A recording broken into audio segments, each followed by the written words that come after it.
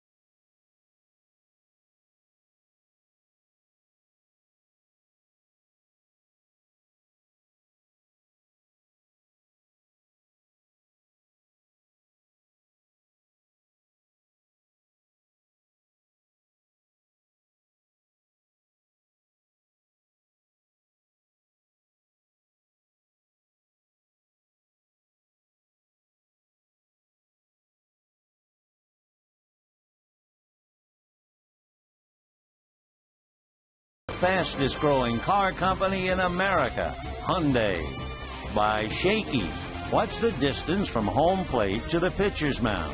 Go to Shakey's.com/trivia. By CarMax. Now more than ever, the smart choice is CarMax. By AT&T. TV, high-speed internet, home phone, and wireless. Visit att.com or call 1-800-PIC-ATT for details. Well, it's finally here, the last game of the year. A sad day for many of you Dodger fans. Arizona versus L.A. Coming up on Prime Ticket, let's get to our Jaguar performance. And Steve Lyons, for that, we're going to go back to last night. Chad Billings getting his 12th win of the year. He's going into the offseason with some confidence. Yeah, and, he's finally got that eye of the Tiger back and pitching with a lot of confidence on the mound and pitching like he should last year. I mean, this is a guy who can dominate. It was just a thought process for him. Obviously, when you look at the job he did last night, he goes away with a winning record.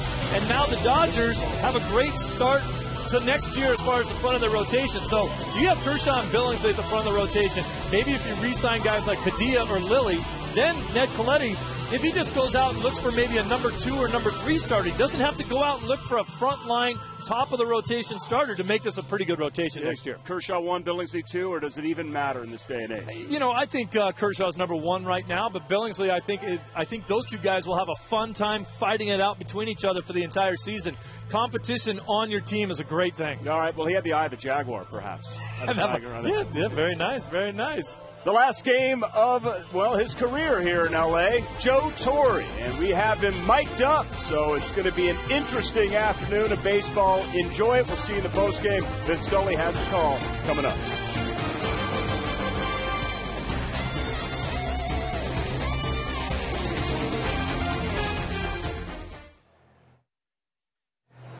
Okay. Headset check. And now we to go down to the field where Katie Mixon from the HBO hit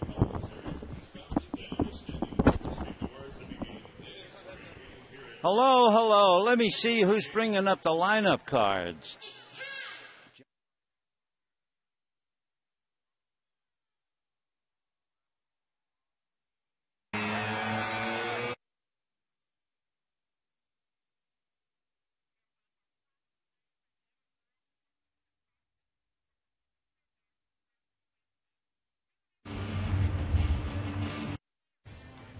Dodger Baseball on Prime Ticket is brought to you by Jack in the Box.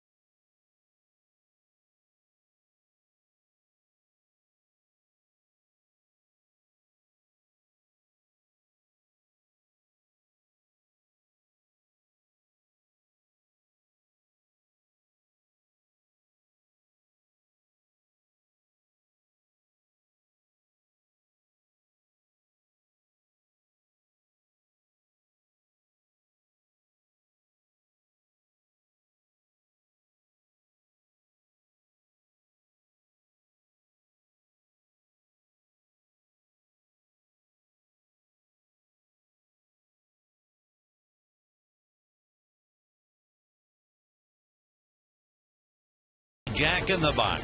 Right now, get Jack's really big chicken sandwich combo served with curly fries and a drink for only $3.99 plus tax at participating restaurants. And by your Southern California Ford dealers, where you'll find the new Transit Connect. Check it out at scforddealers.com. Hi, everybody, and a very pleasant Sunday to you, wherever you may be. It has come up a beauty here in Southern California as the Dodgers and the Arizona Diamondbacks ring down the curtain. And for Joe Torre, the conclusion as a manager, and standing alongside of him in the Dodger dugout, the manager-to-be, Don Mattingly. It was kind of a nice touch when the lineup cards were brought up to home plate. Kirk Gibson brought his up as the interim manager, and we put underlining under that word interim. For those of us who know him, respect him, and admire him, we're hoping that Gibson will be back as the manager. Meanwhile, Joe Torre brought his lineup card accompanied with John Lindsay. John Lindsay, as you remember, the fellow who has spent 16 years in the minor leagues, finally made it to the big leagues, and life can be so cruel, suffered a broken hand so that he was not able to play as much as he might have under certain circumstances. But he did wind up playing in 10 games, and he had 12 at-bats, and he had that one major league hit he can cherish the rest of his life, unless he makes a miracle comeback and returns to the big leagues next year. So there's a lot of emotion going on today underneath this brilliant canopy of blue. To get back to business, we'll take a look at the Diamondback lineup. Tony Abreu, followed by Augie Ojeda, and then Rusty Ryle. Brandon Allen in left field. Ryan Roberts at second base. Gerardo Parra in right field. Konrad Schmidt behind the plate. Cole Gillespie in center, and Rodrigo Lopez sits down. So, among others, Kelly Johnson is not in the lineup. Stephen Drew is not in the lineup. Chris Young is not in the lineup. That will face Ted Lilly today. Lilly, a total of 9 and 12, 6 and 4 with the Dodgers. But when you talk about Lilly, the one thing you have to remember, he has the worst run support in the major leagues. So you can't win without runs, and he has really been struggling. Throughout the year, they average him about 2.8 runs a game. So Ted making his last start in the final game, and Tony Abreu, a former Dodger switch hitter batting right-handed, looks at the first pitch high, ball one. They have another nail-biter going on down in Atlanta. They're not yet ready to get underway up north, another minute or two. Braves are hanging on, leading Philadelphia 8-7. The 1-0 pitch is promptly hit in the air into center field for a base hit. So Abreu opens up his final game with a single to center, and that'll bring up Augie Ojeda. And talking about that Braves lead, the Phillies have come almost all the way back. They were down 8-2. Billy Wagner is struggling in the eighth inning after relieving the starter, Tim Hudson. And, of course, the Braves are battling to stay alive. We'll give you the combinations in a minute or two. Up north, the Padres and Giants, and that'll be Matt Latos and Jonathan Sanchez. Lilly a look over at first, comes to the plate, and first ball swinging, fly ball to center. Matt Kemp looking up into that bright blue, makes the catch, and Abreu holding on at first base. How about first base? San Diego remarkably has won 7 out of 8 at San Francisco, but for Matt Latos, he has really been struggling. The thing they worried about all year with Latos, remember, they had the big discussion when he gets to 150 innings, maybe we'll just shut him down. Well, they got into such a pennant race, they could not have that luxury. And when Latos goes to the mound today, he will have lost 7 of his last 8 games. The batter now is Rusty Ryle. He takes high, ball one, 1-0 the count. Now let's see if we can drop in a few things to think about. Let's just say that the Braves and the Giants win. Then the Giants would win the National League West, and the Braves would be the wild card, period. The 1-0 pitch on the way is down and away. Let's say the Giants win and the Braves lose. The Giants would be the National League West champions, and then there would have to be a playoff. The Braves and the Padres, they would play a wild card tiebreaker Monday in Atlanta. All right. What happens if the Padres win and the Braves lose? Here's the next pitch coming up. Lilly delivers, gets it in for a strike. If the Padres win and the Braves lose, Atlanta is eliminated. That's why that 8-7 lead in the eighth inning is so important. Then San Diego would be declared the Western champion by virtue of the tiebreaker. That is the head-to-head record against the Giants. And the Giants would be the wild card, and the Braves would just go home. Now, one other scenario. Here's the 2-1 pitch coming up from Lilly, and it's swung on and missed. If the Padres and the Braves both win, this sets up a doubleheader. The Giants would play the Padres Monday in Petco Park, and then there'd be a so-called nightcap. The loser of that game would play Tuesday in Atlanta to decide the wild card. So what we do is take all of that over information, set it aside, and see the outcomes of the game. Runner going, pitch missed at the plate. A throw down is not in time. So Ryle strikes out as Tony Abreu picks up a stolen base, his second of the year. 2 out in the first inning, no score. And the batter now, Brandon Allen, the left fielder. On the final game, any final game, you go into the clubhouse and you say goodbye and you say see you next year or whatever's appropriate. But you know you're not sure. A, if they're coming back and if you will see them next year. The first pitch of the left-hand hitting Allen, curveball for a strike, and the count 0-1. So as Joe says, oh, don't worry, you'll see me. And we say, okay, Joe, that's fine. But you know you're not saying see you next year because you're not sure where he's going to be. I'm not sure if Joe knows where he's going to be. And that pretty much takes care of almost all the players, and especially the coaches. Check swing by Allen on a curve for a strike, and the count 0-2. Most managers have their coaches. So the first question is, well, wait a minute. If Don Mattingly is going to be the new Dodger manager next year, what does that tell all the coaches that are in uniform today? Are they coming back? Nobody knows. 0-2 the count. But one thing you know for sure, for the Dodgers, a very proud organization, came out here in 1958, and for only the 4th time in all those years, they have a losing record. Curveball is off the plate to Allen, 1-2. So naturally, you have to say to yourself, there will be some changes made in the weather, and there'll be some changes made here from the old song. What those changes are, however, is really intriguing. 1 ball and 2 strikes the count. Out of his stretch goes Lilly. Ted a high set at the collarbone, and the left-hander back with a fastball swung on and missed, and that will do it for Allen. 2 strikeouts for Ted Lilly in the first inning. No runs, a hit, a man left. At the end of half an inning, no score.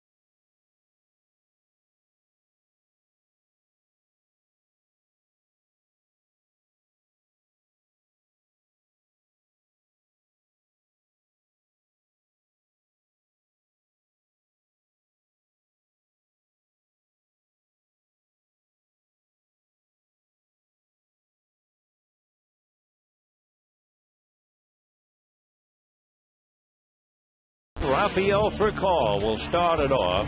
I have a feeling, however, that Rafael will start it off and very early in the game come out. He's hitting .301, and although Rafael has never said anything about it, I know Joe Torre wants him to finish up the year hitting .300. So he can afford to have an at-bat, but how many more would be questionable. So Furcal and then Carroll and Andre Ethier. Rodrigo Lopez, right-hander, turns ready and deals, and the pitch in for a strike. Checking Lopez, a young man out of Mexico, lives in Mexico City. The strike one pitch swung on and missed. He is yet another man who owes his livelihood and his career to the skill of Dr. Frank Jobe. That's right. He had Tommy John surgery in 2007, originally signed by the Padres out of the Mexican League. Strike 2 pitch for call, takes low, ball 1, 1-2. Talanta Pantala, that's where he's from, in Mexico, and that's the only time you'll hear me try that again.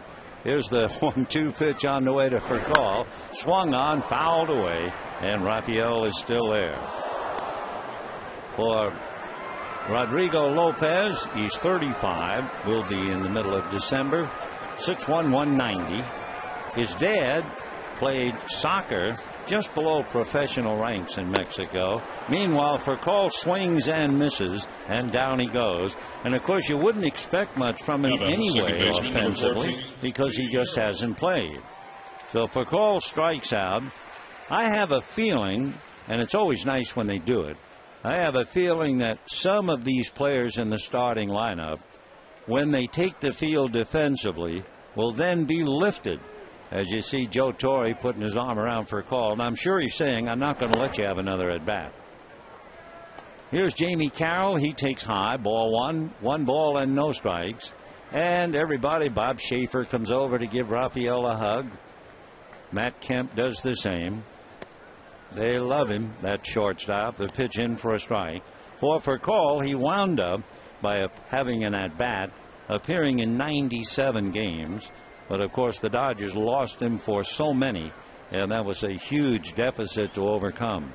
The 1-1 pitch fouled away upstairs, 1-2. Only if you are with a team for an entire year do you have any idea of just how long a baseball season is. Well, you could talk to the wives of the players, they'll tell you too. But it is a brutally long year. You think, oh, heck, they play baseball 3 hours a day. The pitch to Jamie Carroll is swung on and missed. Down he goes, 2 out. But as you know, there's so much more to it than taking the field. Most of the time here, if you have a 7 o'clock game, most of the players are in uniform by about 2:30. And if they're lucky, they leave at 11 o'clock. So they put in their time. Then, of course, they have so-called off days. But I've found over the year, most of them are ill-named. They should be off the ground days, because most of the off days that look so nice on the calendar, you spend in an airplane flying across the country. Andre Ethier takes off the plate, ball 1, 1-0. Andre, big night last night, 4 hits. So he has his average at 289, 23 home runs, 81 runs batted in. The 1-0 pitch on the way. Lopez delivers. Hard ground ball into right field. So Andre Ethier, throughout his career, has given Arizona a bad time. So he is a local boy who has really thrown punches at the Arizona Ball Club, and he continues to do that. So he's had 5 straight hits now against Arizona pitching, and the batter will be Matt Kemp, who has homered in 4 straight games.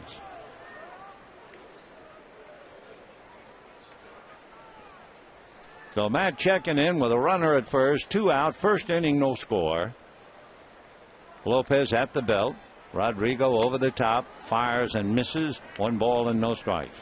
And of course, if you're on the other side listening to me tell you that it's a long year, the natural answer is, hey, wait a minute. These fellas get paid a lot of money. And of course, we're not talking about money. The 1-0 pitch on the way. Matt Kemp swings, and he hits a high fly ball into deep left center field. He has hit another. 5 straight games Matt Kemp has homered, and the Dodgers lead 2-0.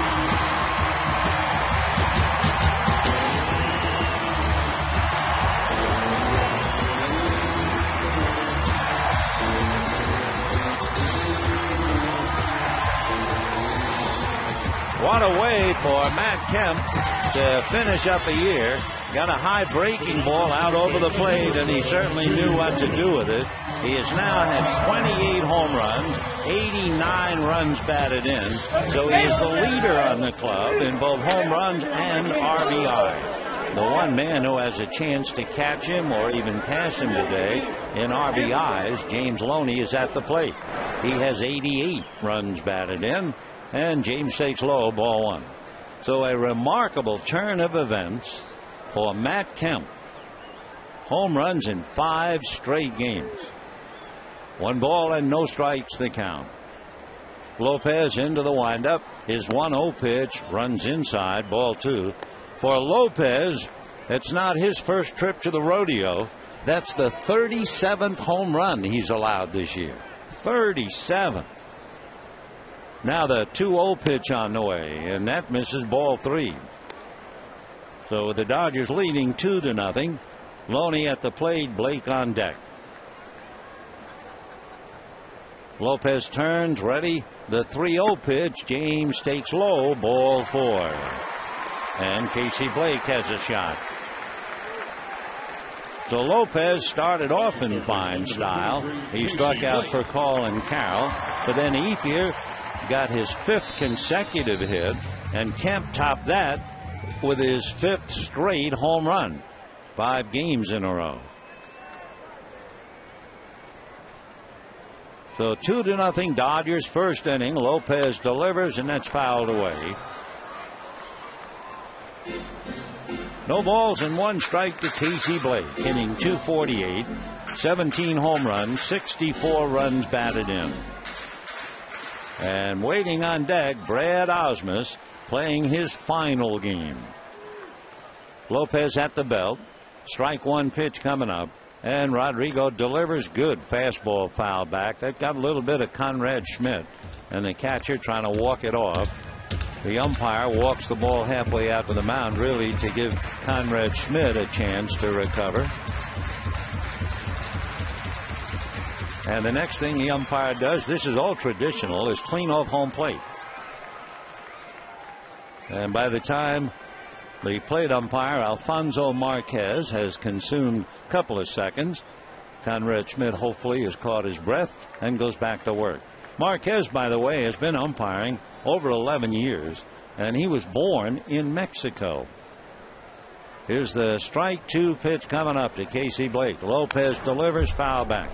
Alfonso Marquez, who was born in Mexico, lives in Arizona. Went to Fullerton High School down the road. He became the first ever Mexican-born umpire to make it to the major leagues, and he received an award for the accomplishment. Started umpiring Little League when he was 14. Here's the strike 2 pitch on the way. Swung on and foul back again. 0-2 the count to Casey Blake. Dodgers lead 2-0. Couple of fives. Ethier, his 5th consecutive hit in the series. Kemp, his 5th game in a row in which he has hit a home run. 0-2 the count to Casey Blake. Out of a stretch goes Lopez, looking over his left shoulder at Loney. Back to Blake, in there. Strike 3 call. So actually Lopez winds up striking out the side. Not that it do him very much good. Thanks to Matt Kemp, the Dodgers lead 2-0.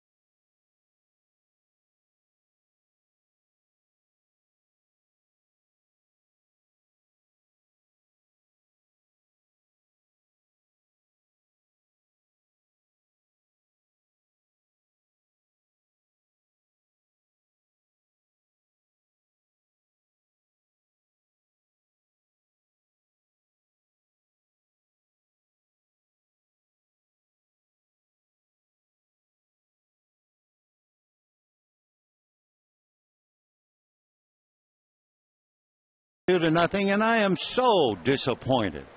I mean, I really am. Down in the dugout, they're saying goodbye to Rafael Furcal, and the Dodgers really missed the boat.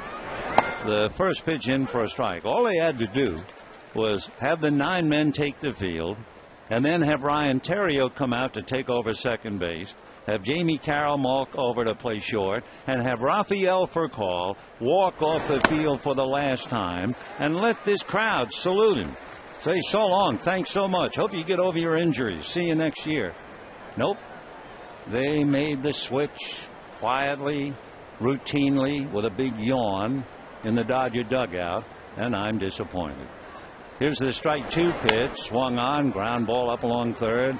Blake backhands, gets it over, and we have one away. Your attention, please. This change defensively for the Dodgers. Now they're making the announcement that Theriot's at second, Carroll at short. That's about $1.50 late. One down, and the batter will be Gerardo Parra. Yeah, I know, in the television business they'd say, Scully, stay out of production. But that was so obvious, and the fact they let it go. So one away, and here's Parra. Ted Lilly into the windup, delivers a bunt in the air, foul out of play. That'll give us a chance to tell you they're in the 9th inning. Billy Wagner trying to stop the Phillies, and he now has 1 out. In fact, he now has 2 out. All right, so 2 out, 9th inning. The Braves trying to hang on, and Wagner has just gotten the 3rd out. So for Bobby Cox, who has been honored in his final year, he comes away as a winner. So now you look at the scenario and say, if the Braves win, now you concentrate for the moment on the Giants. If the Giants beat the Padres, they will have won the National League West title, and Atlanta is the wild card, period. So let's just go with that for a while, and then we'll keep track of the Padre game. Strike 2 pitch, full swing, foul. So Parra is still there. 1 away, 2nd inning. Dodgers 2, D-backs nothing. Ted Lilly against Rodrigo Lopez. Matt Kemp, his 5th game in a row where he hits a home run, and with a man aboard in the 1st inning. The strike 2 pitch, a full swing, foul. So Parra still there, 0-2. Gerardo Parra, a good ball player. In fact, they're expecting a lot of good things for him.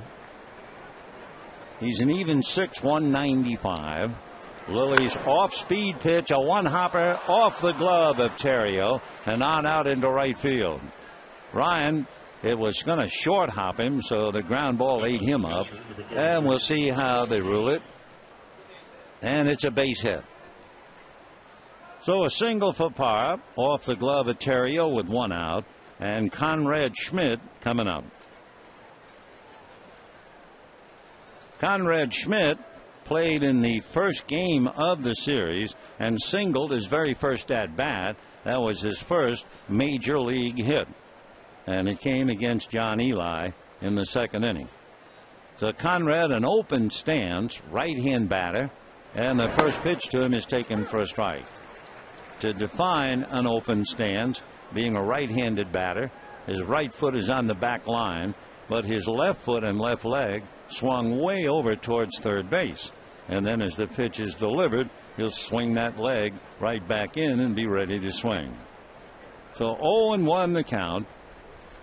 Konrad wide open, showing his belt buckle to Ted Lilly.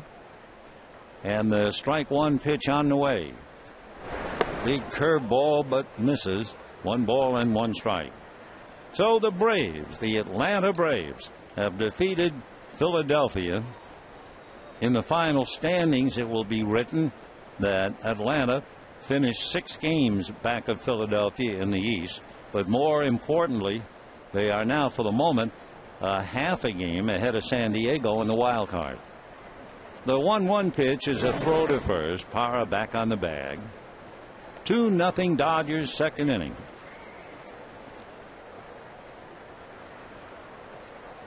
The other thing, when you think about the final day of any regular season, the uncertainty of life for so many players. 1-1 pitch on the way. Good breaking ball in for a strike. 1-2. You're married, you have a family, you have a home someplace in the United States or out of the country. And then perhaps you pick up the paper, you get a phone call one day that you no longer play for this team, you play for that team. And now you start thinking, I've got to move and get a house and bring the wife and the kids. 1-2 pitch on the way. Fastball lifted to right field. Ethier right there dancing under that bright blue sky and makes the catch for the second out. 2 down. Center fielder number 5, Cole Gillespie. I've always thought it would be great to be a star, not for all the publicity or any of that. It would be great to be a star athlete, to maintain the same team, the same home, a degree of sanity on any sport, baseball, basketball, football. But to be a fringe player, wow, that has really got to be tough. Lilly ready and delivers, and Cole Gillespie takes the strike. I mean, just for the moment, take John Lindsay, 16 years in the minor leagues. You say that in one sentence, or you add, isn't that great he made it up here? But think about 16 years bouncing all over the country. 0-1 the count. And one sprayed down the line foul, and the count 0-2. Lindsay hopes to get a pin put in his hand, and he will play winter ball. I believe John will pick up where he left off and go to Mexico and play in the Mexican Winter League. But tell that to the wife and kids, you know. I'm trying to chop firewood. I'm trying to make a buck. 0-2 the count. Lilly keeping an eye on Parra. Gerardo Parra, standing over there at first base, has stolen all of one base. But on the last day of the year, you never know. What you do know is Atlanta won a big game. Out of a stretch goes Ted Lilly, lifts the right leg, comes with a fastball, inside corner, strike 3 call. Third strikeout for Ted. No runs, a hit, a man left at the end of an inning and a half. 2-0 Dodgers.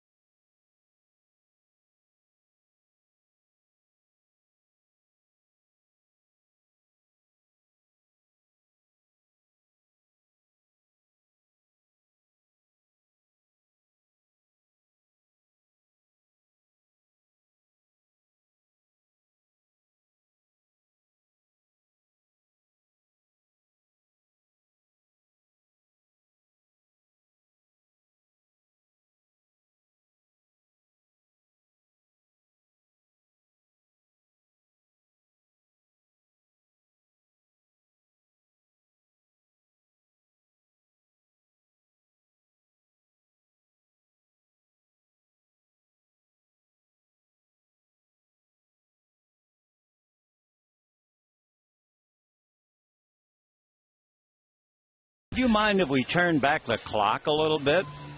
Well, let's take a look at Joe Torre and think about one of the bitter days in Dodger history. Joe Morgan hitting a home run to right field to give the Giants a big victory and absolutely kill the Dodgers. Well, down in San Diego that day in 1982, Atlanta was sitting in the San Diego clubhouse, and they were praying that the Giants would beat the Dodgers. And when it happened, who got the shower of soap suds and everything else? The manager of Atlanta by the name of Joe Torre. And here we are 28 years later. Joe is not involved, sitting back, sunshine and shadow. However, there's still some more praying going on. The team in Atlanta has won. I'm sure they are sitting in the dressing room as that team did 28 years ago, hoping that the Giants would win another one, this time against San Diego. A remarkable turn of events. We're in the second inning. Brad Ausmus, who is playing his final game, saluted before the game, along with his wife Liz and his daughters Sophie and Abigail. Abigail about 11.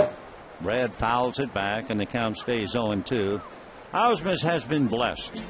He had 17 years, 1,938 games. That ranks 7th in the all-time list. And you know what? He was on the DL once in 17 years. Strike 2 pitch to Brad is off the plate. He was the manager the other night, as befits a boy who went to Dartmouth College. And now he'll be hanging it up today. Although I would guess since his 5th year in the big leagues, people have always said he's going to wind up being a good manager. Brad swings, pokes it down the right field line, foul out of play. Asked him the other day in Arizona, what does it feel like you're hanging it up after all these years, 41 years old? He said, the bottom line is I just can't do it anymore. Period. 1-2 to Brad. Like to see him get a base hit, don't you? In his last game, fouls another pitch away. I'll give you another odd story, and this one from Mark Langell, who is the Dodger historian, who can always come up with a great angle. September the 29th, 1963. Admittedly, that's a long time ago. Here's the 1-2 pitch, and the fastball is off the plate. Joe Torre's brother, Frank Torre, was involved in that exciting moment in 1959 when the Dodgers beat the Milwaukee Braves and went to the World Series. But we're talking 63 now. 2-2 pitches high. September 29, 1963. It was the last game ever played by Frank Torre, and it was right here at Dodger Stadium. Frank was with the Phillies, and he had a base hit against Don Drysdale. So that's a coincidence about brother Frank. Line drive, fair ball. Oh, that's great. Ausmus hits one inside the chalk and jogs into second base with a double. How great.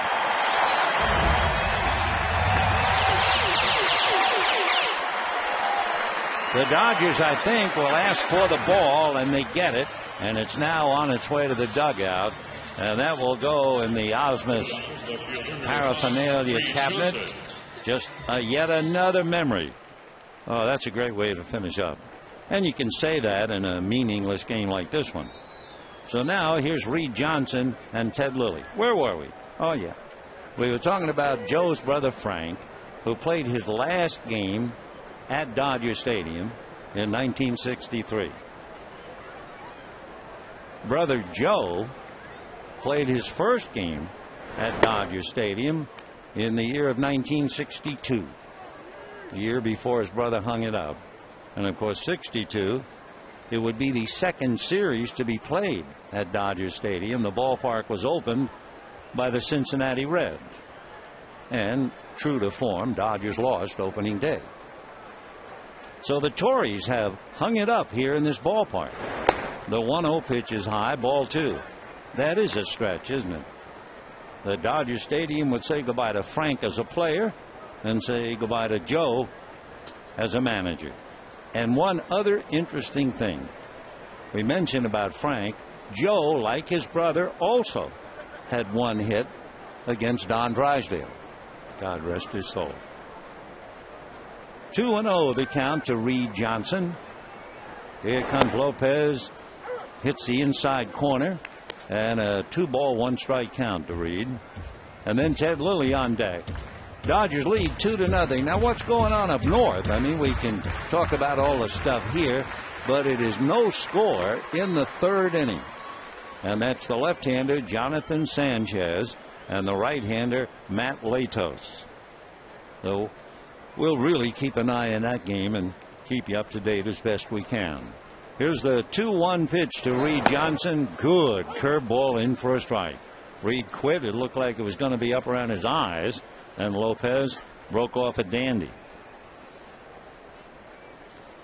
Lopez was like following his father's footsteps. He was a soccer player when he was 6 years old. He was from the same town, Ethier. That's right, the same town that produced Fernando Valenzuela. 2-2 pitch on the way to Reed Johnson. Lopez says, no, let's go over the signs again. So he backs off. Growing up in the same town that produced Fernando, you can imagine how Rodrigo Lopez worshipped the name Valenzuela. And in 1995, when he was signed by the Padres, he was introduced to Fernando because they became teammates, and they were together 3 years with San Diego. Sometimes Fernando would take Lopez out to dinner. They would talk pitching, and he learned a great deal from the great left-hander who is here today, we're happy to say. 2-2 pitch coming up to Reed Johnson. Lopez fires, swung on and missed. Johnson, angry at himself, throws the bat away, went after a pitch up and away, obviously out of the strike zone. So that would be the 4th strikeout for Rodrigo Lopez. And the batter will be Ted Lilly. Lilly with the bat has 2 hits in 54 at-bats. So he's in a neck-and-neck race with Hiroki Kuroda. Kuroda is 2 for 55, and Lilly is 2 for 54. You can understand the pressure down there. Lopez delivers, and it's in for a strike, 0-1. What's the difference between the two, besides that 1 hit? Total bases. Lilly has a run batted in. They're looking bunt, but Ted's up there to hack, and he takes off the plate. 1 ball and 1 strike.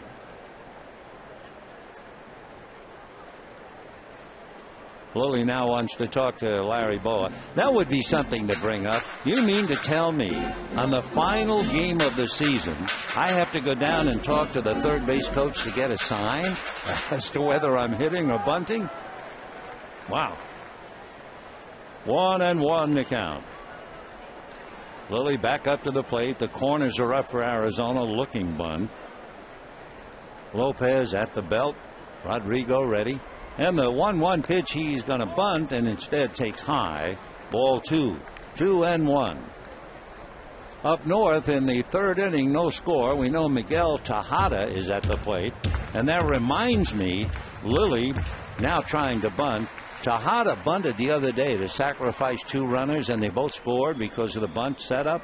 Was the first bunt in 10 years for Miguel Tejada. The pitch to Lilly, in for a strike. And they count 2 balls and 2 strikes. Yeah, Miguel Tejada, like Juan Uribe, certainly gave the Dodgers a bad time during the year. And his first bunt in 10 years. So we'll watch as Tejada just made out. 2 out up there, no score, 3rd inning. Lilly shows bunt and gets it down. Lopez looks at 3rd, no play, and throws to first. So Ted Lilly does his job, the sacrifice, advancing Osmus to 3rd, and trying to pick him up now is Ryan Theriot. How about it? Second baseman, number 13, Ryan Theriot. So Ryan Theriot finishing up for Rafael Furcal. In the sense, Ryan is playing second base, hitting in Furcal's spot, and Jamie Carroll moved over to finish. Theriot hitting .269. He has 29 RBIs for the year. Good job by Lilly to get the bunt down. And Theriot fouls it away. In his time with the Dodgers, 53 games, Ryan has 1 home run, 8 runs batted in, and has hit .241. Lopez feet together on the rubber. Dodgers lead 2-0, looking for another. And the strike one pitch is swung on and fouled back. And in checking on Rodrigo Lopez with that runner at third base, he has 2 wild pitches. 0-2 the count.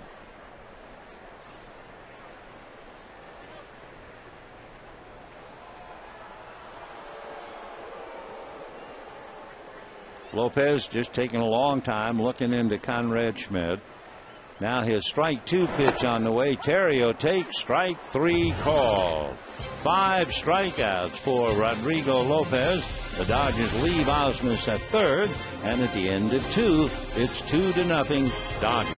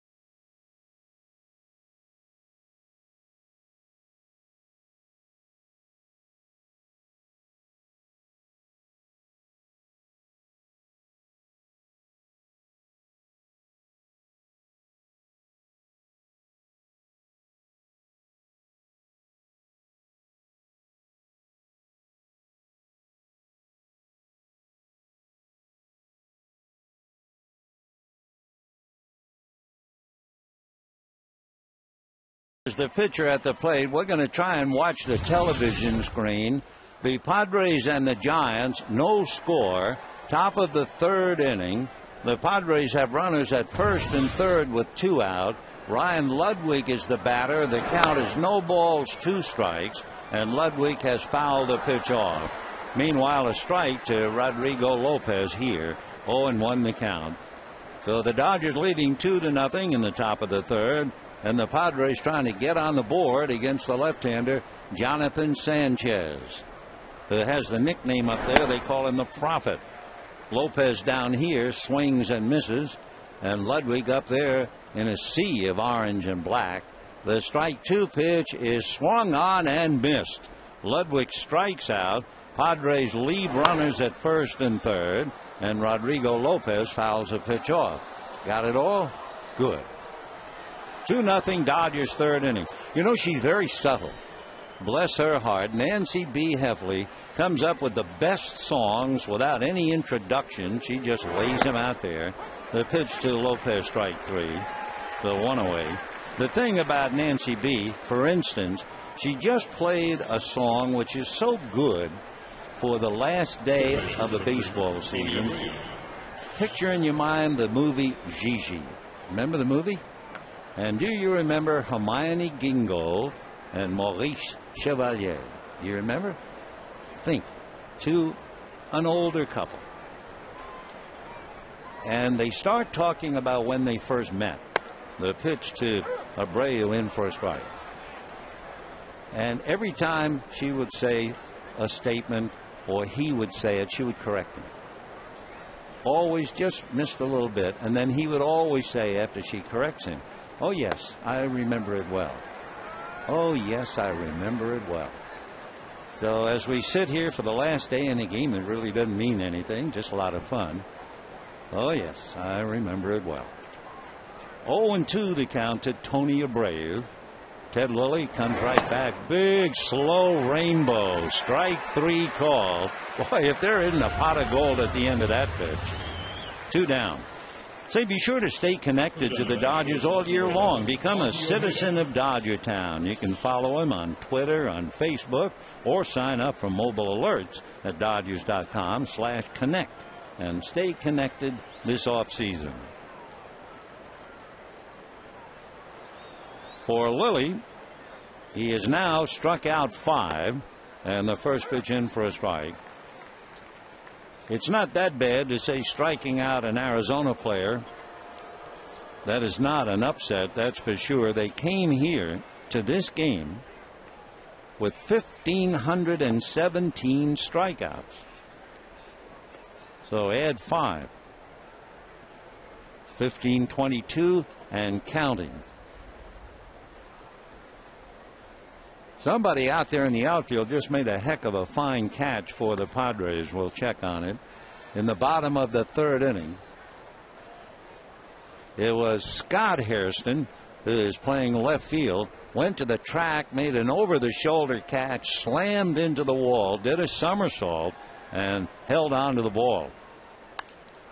Foul ball out of play. So a marvelous defensive play by Scott Hairston. 1 out, bottom of the 3rd up north. No score. Matt Latos and Jonathan Sanchez. In case you joined us a little late, Atlanta won. So as Red Barber would say, they're in the catbird seat right now. Fastball low and a 3-2 count to Augie Ojeda. Switch hitters atop the lineup with Abreu and Ojeda. And then they have left-handers Allen and Parra. Ted into his windup, and Lilly's 3-2 pitch is swung on, a high pop fly left side of the infield, and the man from Iowa, AC Blake, makes the catch. So down go the D-backs, and at the end of 2.5 innings, Dodgers 2, D-backs nothing.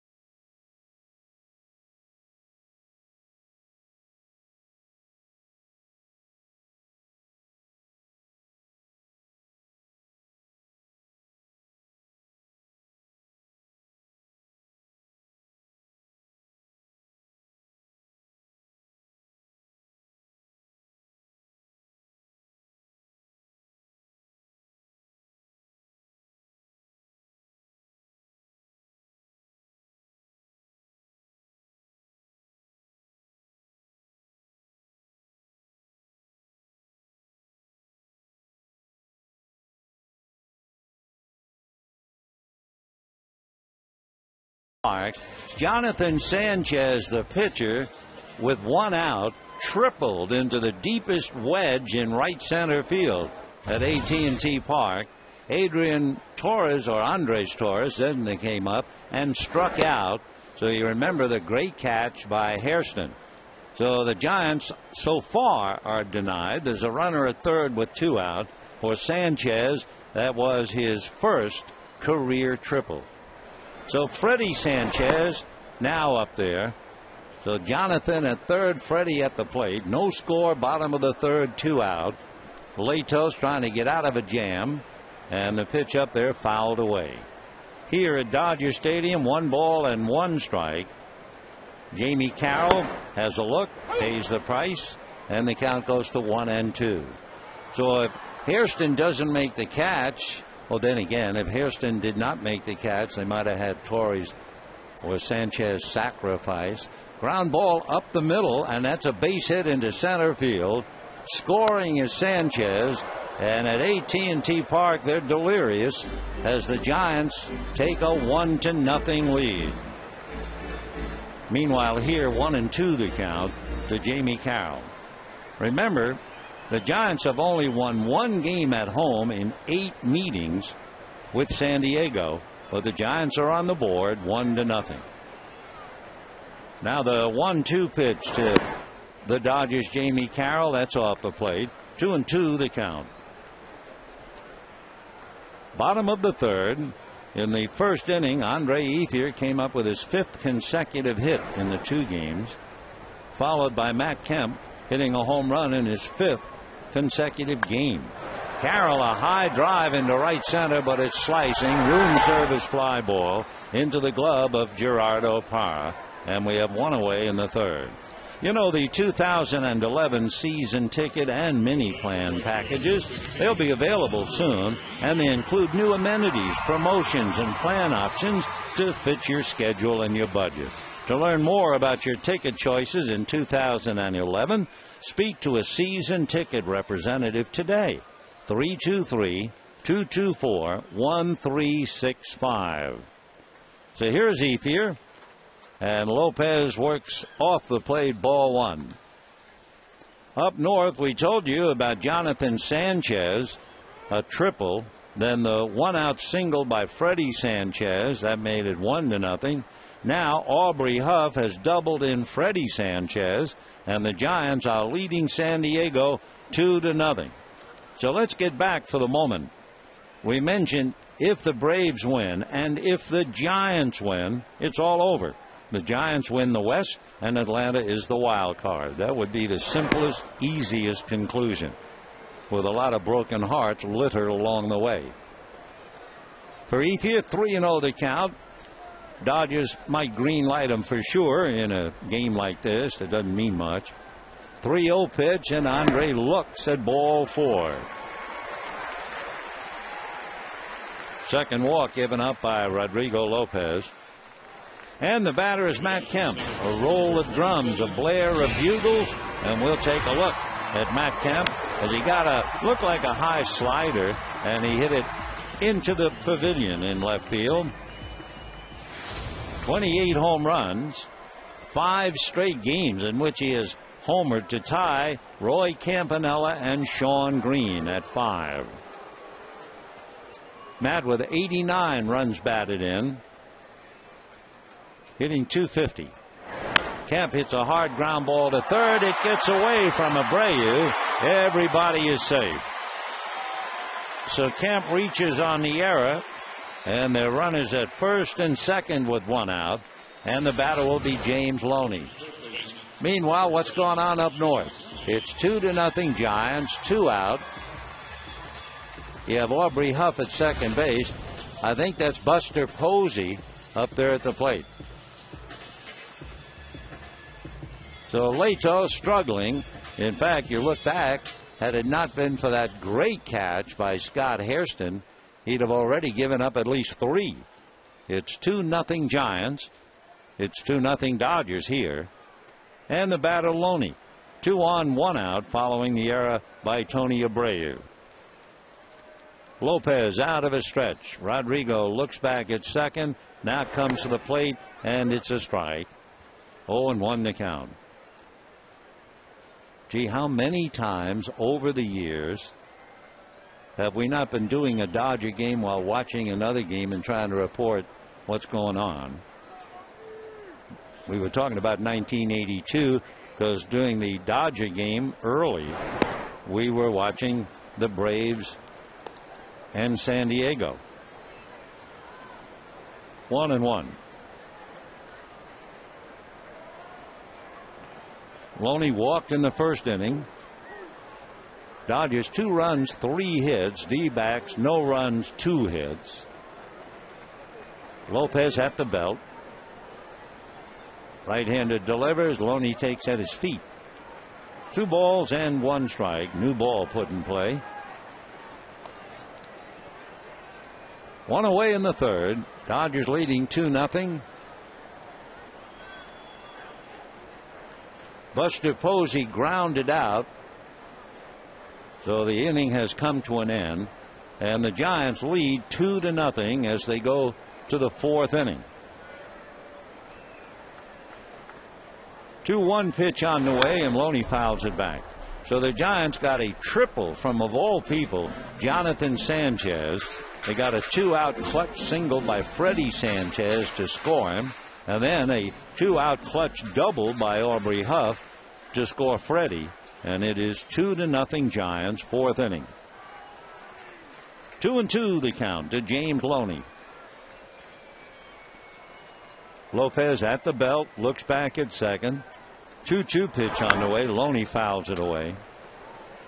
In trying to keep an eye on a very important game, I will always remember we're in New York, and the Dodgers in another very tough pennant race that involved, among others, St. Louis, and I think at the time Cincinnati. We're talking a totally different schedule, 154 games, etc. And Jerry and I were doing a recreation, the ticker tape. 2-2 pitch to Loney is a soft line drive for 2. They throw to first. That's it. And Loney lines into a double play. Well, we'll fill the air with a little talk about the ticker tape next year. It's 2-0 Dodgers.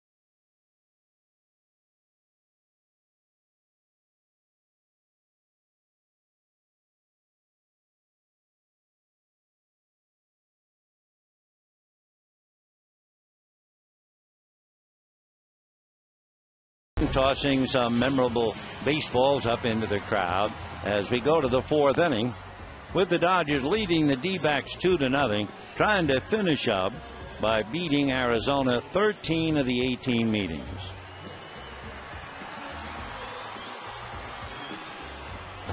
Fourth inning, Dodgers lead 2-0. Ryle, Allen, and Roberts coming up.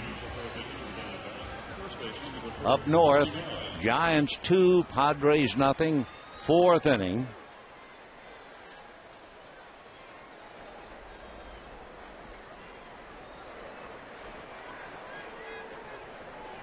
Looks like Chase Headley up there.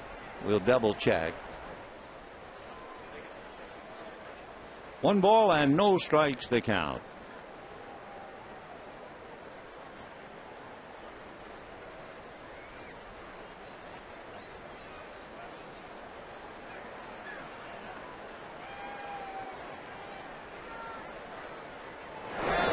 Rusty way out in front of it.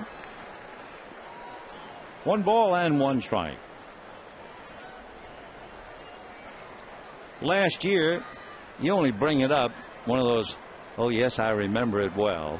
Rusty hit that line drive that nailed Hiroki Kuroda. This time he hits a line drive that's going to bounce into the left field pavilion. So Ryle has himself a leadoff double in the 4th inning. Well, I tell you what, let's shake yourself a little bit on this Sunday. We have our trivia question for you. Joe Torre has 2,325 wins, 5th most ever by a major league manager. Could you possibly know the top 4 in wins? And of course, win or lose, this figures to be Joe's last year as a skipper. Naturally, he'd like to finish up with a win.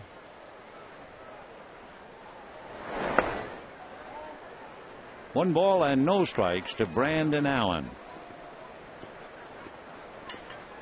Brandon Allen, a big boy, football player in high school. They say he was an excellent linebacker, high school in Texas. 6'2", 235. 2-0 the count.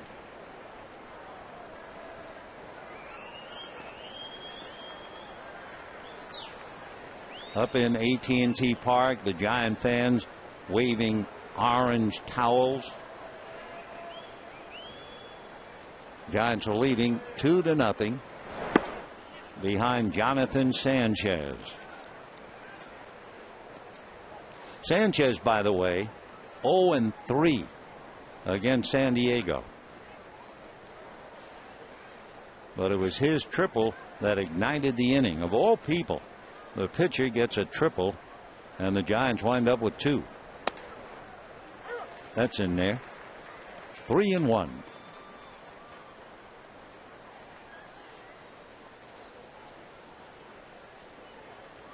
Up there, 2 out, 4th inning, 2-0 Giants. 3-1 to Brandon Allen. Breaking ball strike. 3-2 to the big fella. He was signed by the White Sox back in 2004.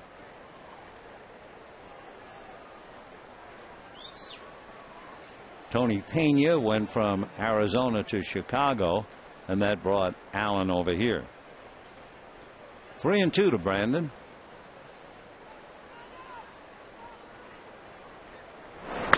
And he lifts a fastball to right field. Andre Ethier for the catch. Tagging up at second and moving over to third is Ryle.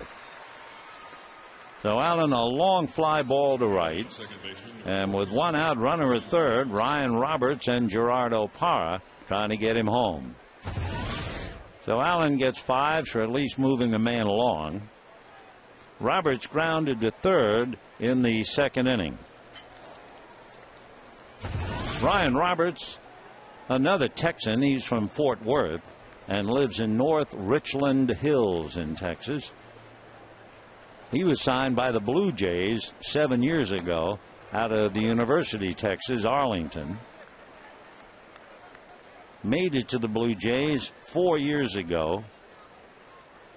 Eventually, 2 years ago, wound up with the Rangers. Then last year, the Diamondbacks. He's been up and down from Reno. 0-1. Runner at third, 1 out. Dodgers lead 2-0.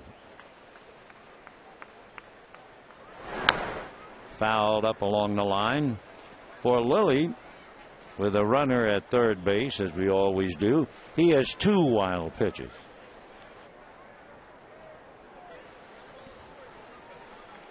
Oh, 2 the count. 1 away, runner at third, 4th inning, and the Dodgers lead 2-0.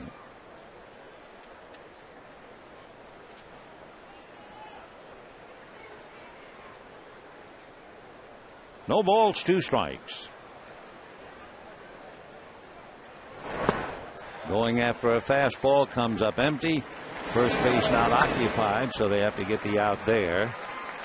That would be strikeout number 6 for Ted Lilly. Holding at third is Ryle. And the batter now will be Gerardo Parra. In strikeouts this year, Lilly has had 2 double-figure strikeouts. He had 10 against the Phillies. He had 11 against Colorado.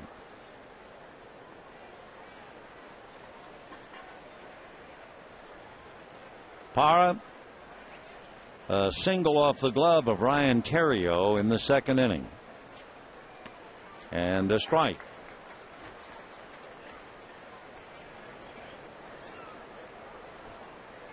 No balls and one strike.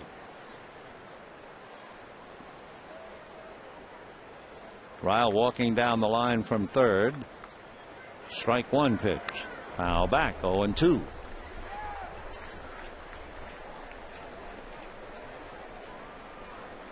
Up north, they're in the bottom of the fourth inning, and the Giants leading San Diego 2-0.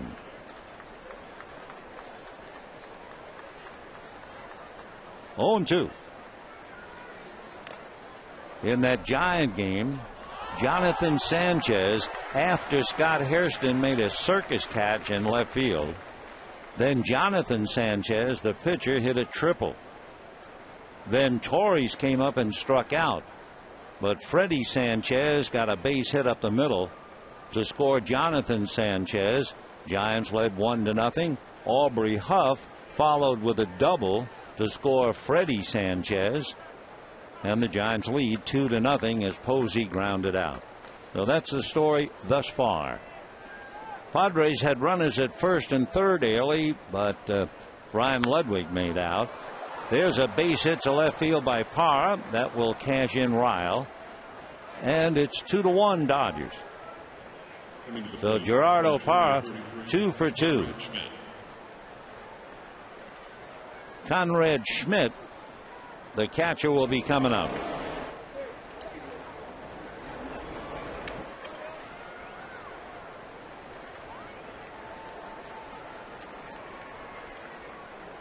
Conrad Schmidt is from Santa Rosa in California.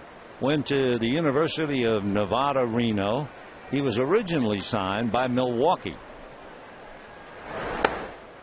Ball one.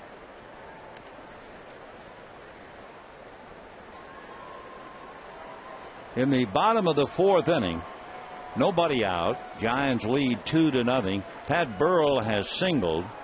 Ryan Webb now gets up in the Padre bullpen. Giants lead 2-0 fourth inning. 2-0 the count to Conrad Schmidt. So Ted Lilly and Brad Osmus putting their heads together. Conrad Schmidt went from Petaluma High School to the University of Arizona. Then he transferred to the University of Nevada, Reno. He was not drafted out of college, but he did finally sign 2007 with the Brewers. Well put together, an even six, about 225, foul ball. And for Conrad, only 26 years old. 2-1 the count. 2 out up north. Pat Burrell led off the inning with a base hit, and Pablo Sandoval is the batter.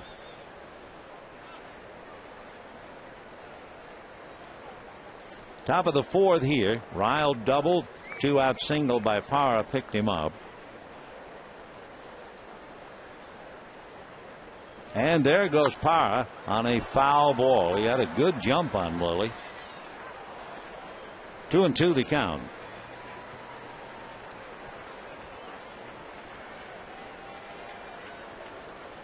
Second base umpire Greg Gibson saying something, probably telling Parra about the fact he had a good jump.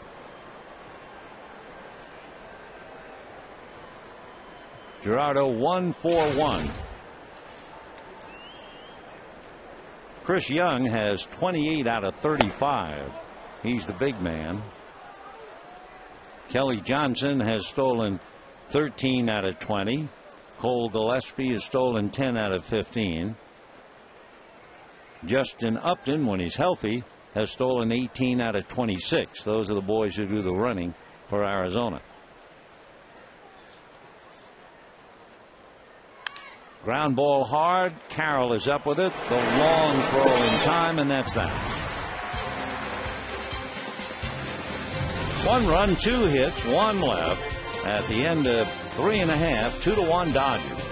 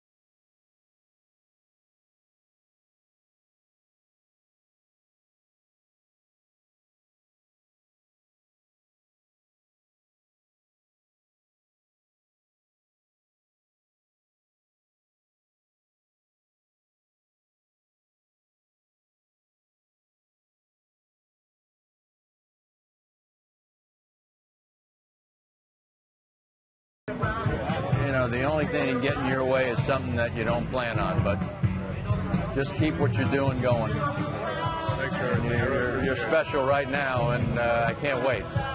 Thanks a lot. Kid. This is pretty special, isn't it? Yes, sir. Congratulations. Have a wonderful one. I hope to. I'm Okay. at the beginning of a long one. I hope you are too. Accomplish half of what you did. All right, kiddo. Do me a favor, make believe it's Ossipon's day. He's very sensitive. Sounds in the dugout, on the field before the game. Joe Torre, Kirk Gibson, and of course Joe having fun with Brad Ausmus, saying, make believe it's Ausmus day. Brad is on deck. And of course the interchange between Torre and Gibson was interesting. When Kirk was saying, I hope it is the beginning, because he's the interim manager, hoping that he'll come back as the skipper of the Diamondbacks. And it would be normal for Kirk to say, gosh, I hope a career as a manager like you had. 2-1 to count. So byplay, humor, and yet you scrape the humor away. A lot of pressure here. Big rip by Casey. 2-2. What's going on up north? It's still 2-0 in favor of the Giants. 2 out, and they're in the 5th inning. In fact, check me, 1-2 count and nobody out. 2 balls, 2 strikes. Casey got a little bit of it, so he's still there.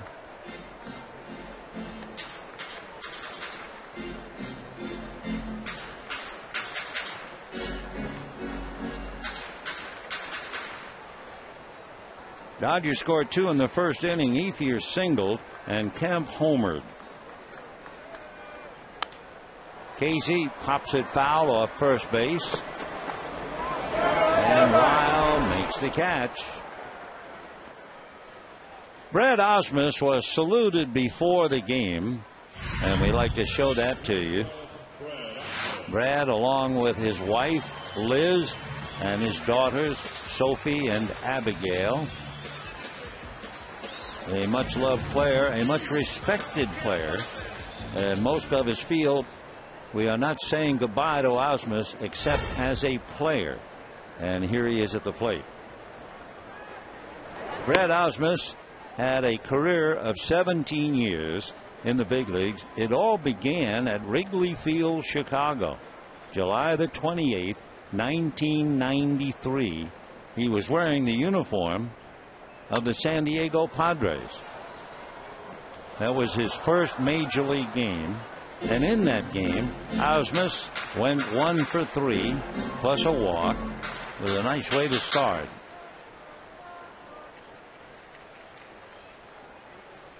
That was San Diego and the Cubs. 93.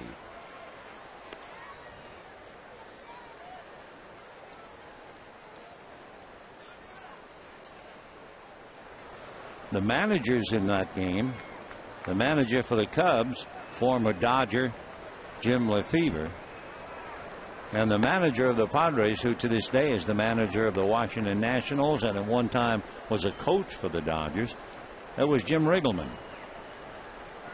1993, the first one for Brad. Now this is the last one, and he doubled in the second inning.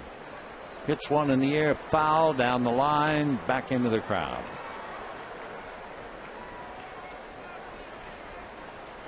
Now we have 2 out up north. It's still 2-0 Giants. Jonathan Sanchez doing very well. The outs, DeNorfia and Eckstein both grounded out. Padres have had one chance earlier. First and third, 2 out. Ryan Ludwig struck out. Al Smith, a fly ball to right center, angling over his Cole Gillespie. And we have 2 down. That'll bring up Reed Johnson. Reed Johnson struck out in the second inning. Rodrigo Lopez has struck out 5. Ted Lilly has struck out 6. Dodgers lead 2-1. Fouled away. No pressure here, but I'm sure they can barely swallow cotton up there in San Francisco. Giants leading 2-0 fifth inning.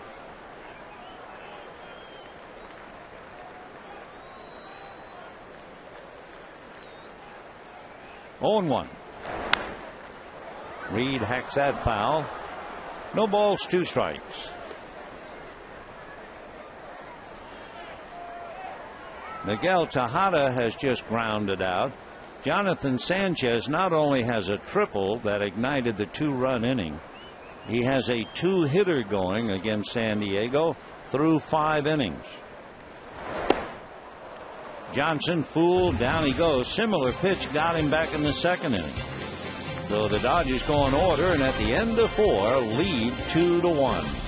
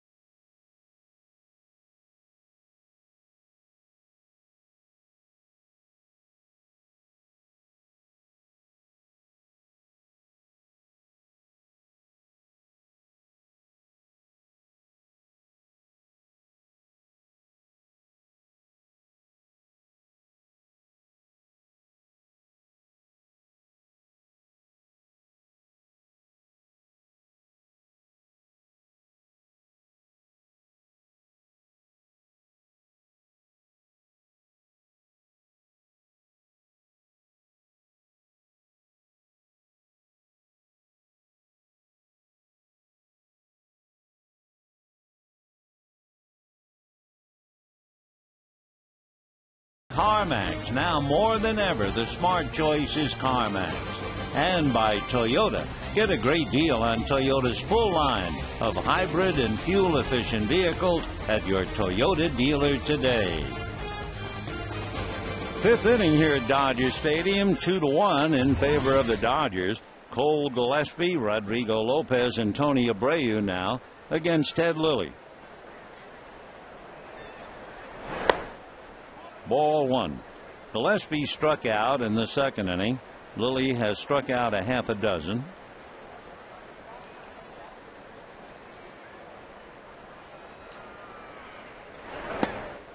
That's a strike. 1-1. The fellow with Arizona who wears Ted Lilly out is a left-hand hitter, Adam LaRoche.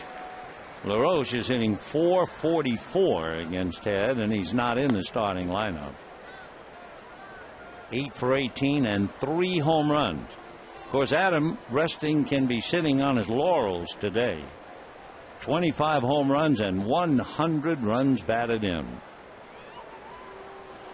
2-1. Ball three.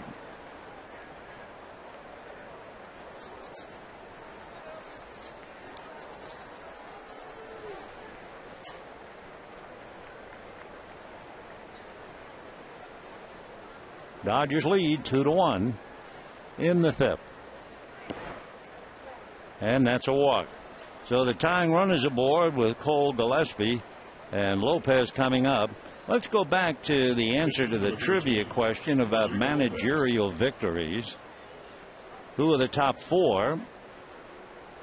And they are Connie Mack, John McGraw, Tony La Russa, and Bobby Cox.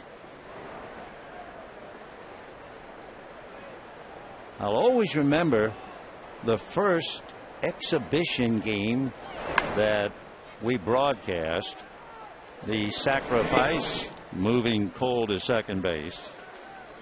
The Dodgers were playing, they only had one field. There was no stadium. They had one field to play a major league game on over by the airport in Vero Beach. And they played the Philadelphia Athletics. And who arrived with the Philadelphia Athletics? Cornelius McGillicuddy, better known as Connie Mack. Team was run really by Jimmy Dykes.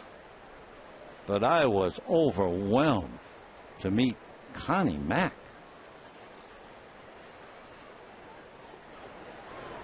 Here's Tony Abreu. Ball one. Tony singled, struck out 1 for 2. Interesting that Jonathan Sanchez is working on a 2-hitter, and let's see, the mound apparently causing a problem, so we might have a minute.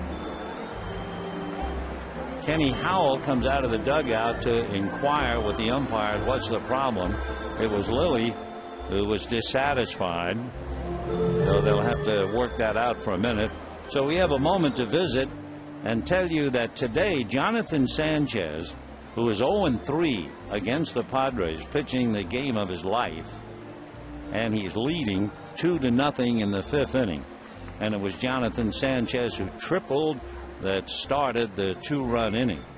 If you turn the clock back to July 10th of last year, Jonathan Sanchez pitched a no-hitter against the San Diego Padres. To go back over one brief note, Atlanta held on and defeated the Phillies 8-7. So if the Giants win, that would be the simplest outcome. The Giants claim the Western title. Atlanta is the wild card, and life can begin again. Meanwhile, working in the follow-through area, you forget about a mound and how many different pitchers, how many different strides. Last night, the Dodgers had Billingsley, Troncoso, and Jansen.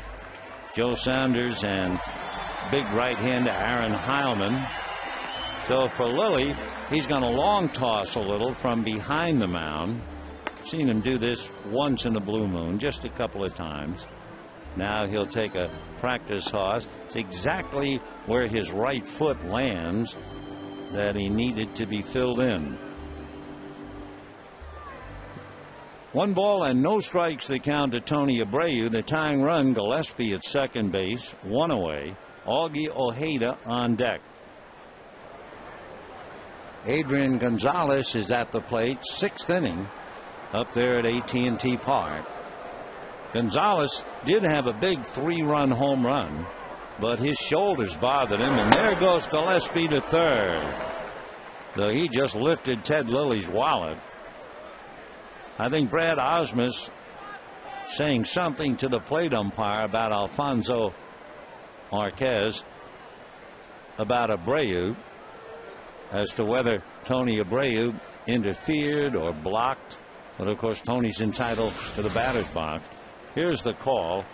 Tony backing, and then Osmus saying, wait a minute. But it's disallowed.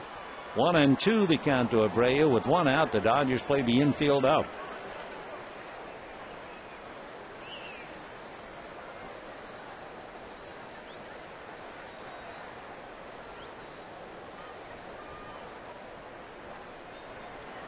One and two the count.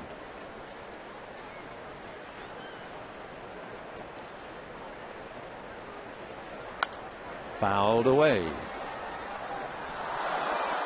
Jonathan Sanchez working on Ryan Ludwig. There's a runner at first. I think Adrian Gonzalez got a base hit, and immediately the Giant bullpen will get into action behind Jonathan Sanchez.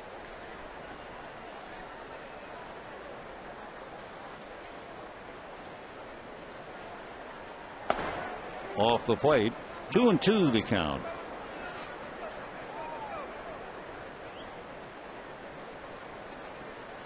Infield up, top of the 5th. Dodgers trying to hold on to a 2-1 lead. Ted Lilly trying to win his 10th overall and his 7th as a Dodger. And Tony Abreu strikes out a second time. That would be 7 strikeouts for Ted Lilly. Last night, Chad Billingsley, who pitched a brilliant 7 1/3, he struck out 8.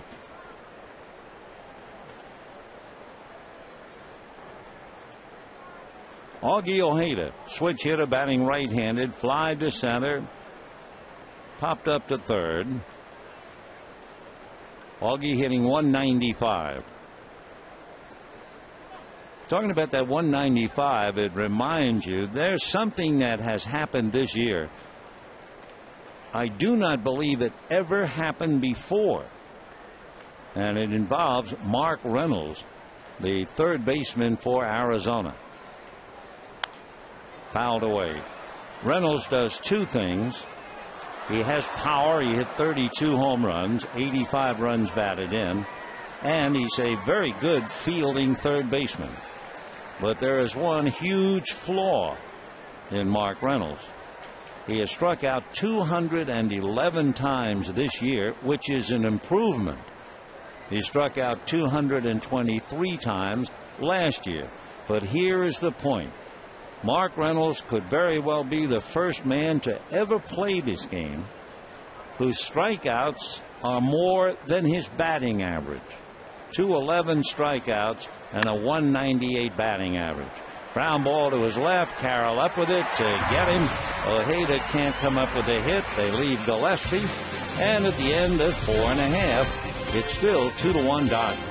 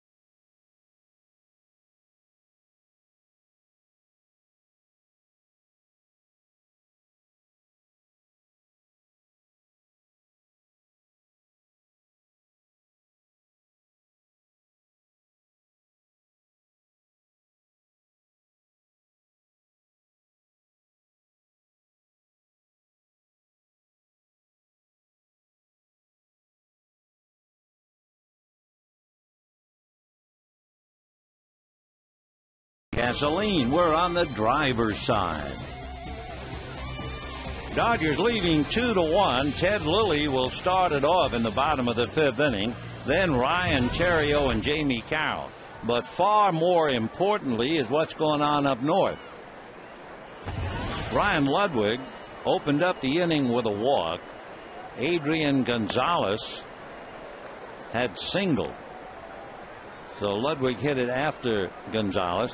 First and second, nobody out, and Bruce Bochy is not going to push Jonathan Sanchez anymore.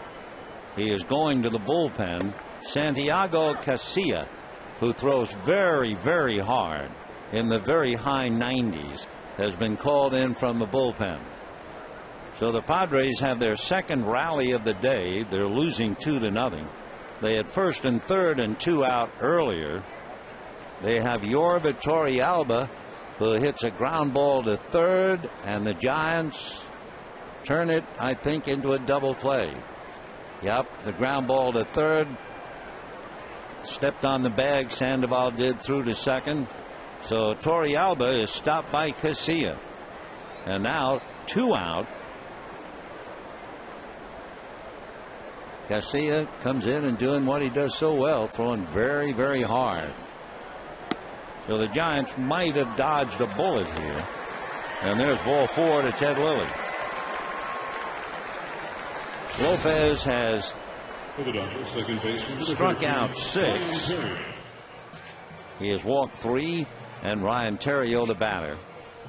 Up north with a runner on, Scott Hairston, who made a sensational catch earlier in the game in left field. Scott Hairston is the batter now against Casilla. And it's still 2-0 San Francisco.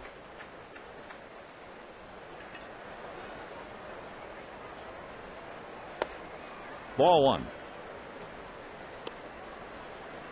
Dodgers leading the D-backs 2-1. Dodgers 2 runs, 3 hits. Arizona 1 run, 4 hits.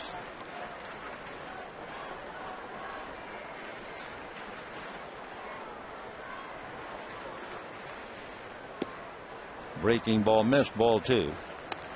Theriot for call, and Ethier in that order.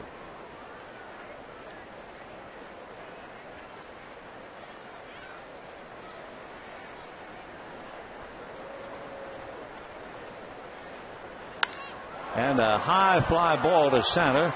The breeze might cut it down a little bit, and the catch is made by Gillespie.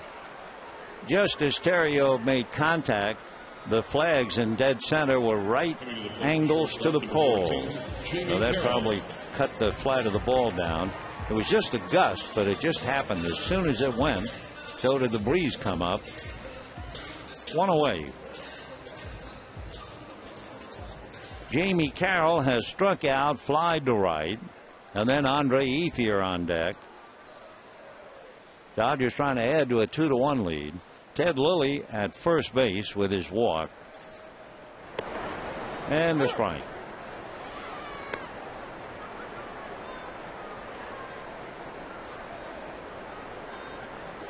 Lilly has been on base a couple of times, although he's barely off the bag.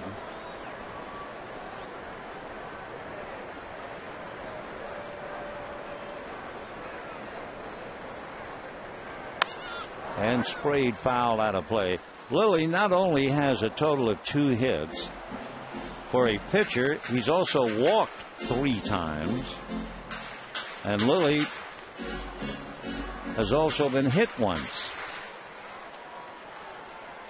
So Ted standing right on the bag, held on by Rusty Ryle. 0-2 the count to Jamie Carroll.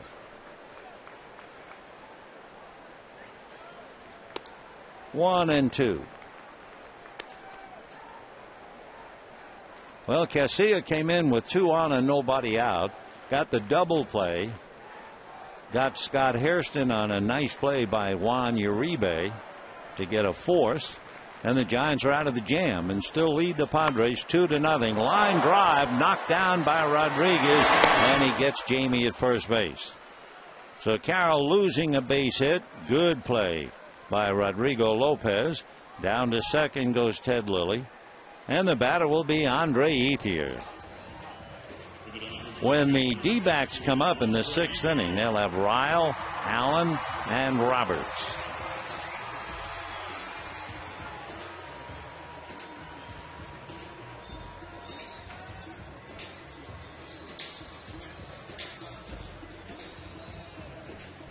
Andre Ethier, 4 for 4 last night. Singled his first time up today. That's 5 in a row. And then walked in the 3rd inning.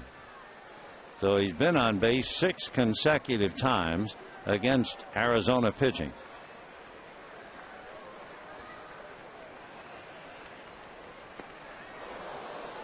Boy, did he ever let out that thing on a curveball. 0-1. Andre hitting .291. 23 home runs, 81 runs batted in.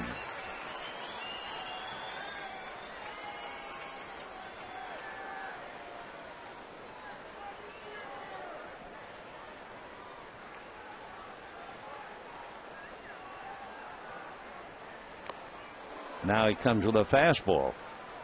So Andre in a hole, curveball, fastball, no balls, 2 strikes.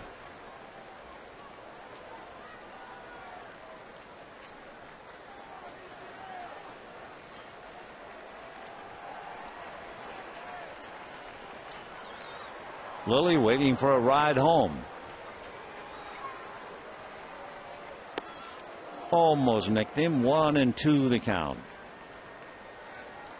2 runs, 3 hits for the Dodgers. So Lopez has been tough. He has struck out 6. The 2 runs, a first inning single by Ethier, followed by the home run from Matt Kemp. That's it. Breeze picked up, blown to right field again. 1-2.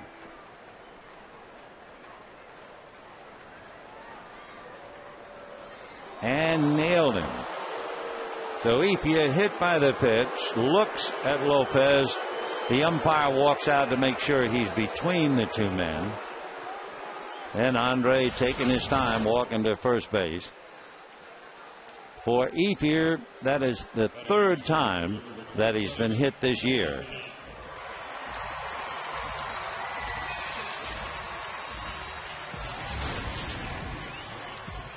So here's Matt Kemp, who was hit by a pitch in game 1 after he had hit a home run. Yesterday he hit a home run. The next time up he struck out. Today he's hit a home run and then reached on the error by Tony Abreu.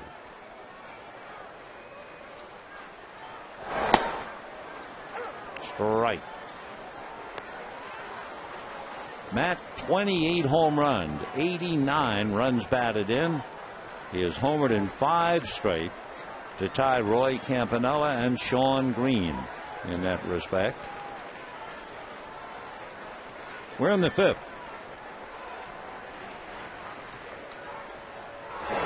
And hammered to left. Going back on the ball is Allen to pick it off. Well, Matt hits it hard but lines out to left. No runs, no hits. A man left on a walk. And at the end of 5, 2-1 Dodgers.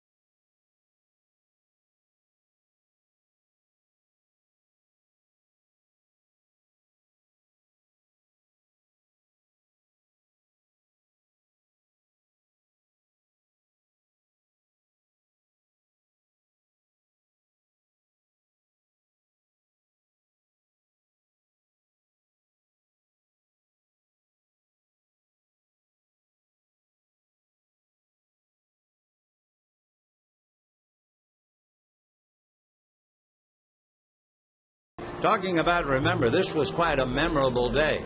Going all the way back to 1951, this was the day when Bobby Thompson hit the famous home run to beat the Dodgers. In 1962, on this day, Maury Wills stole base number 104 against San Francisco. And to bring it up to date, on this day last year, the Dodgers shut down Colorado 5-0, won the National League Western title, and went on to postseason play. A day to remember, I'm sure. Let's go back to this one.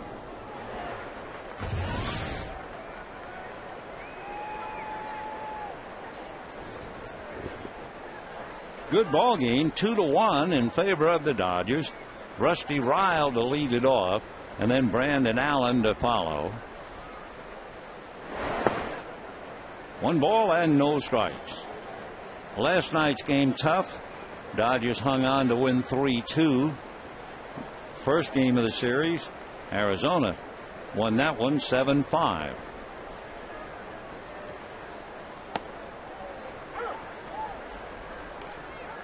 Meanwhile, Darren Balsley is going to the mound, so the Padres might be having a little trouble with 2 out. It's still 2-0 in favor of the Giants, and a meeting at the mound at AT&T Park.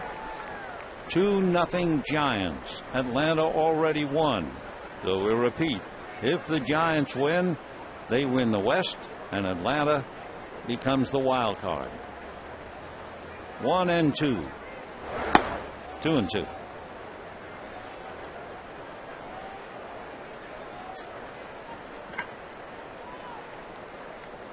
Lilly trying to finish the year with a win and pick up his 10th overall, his 7th as a Dodger.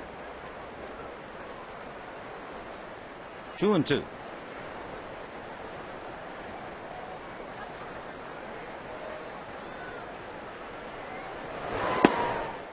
Ball 3.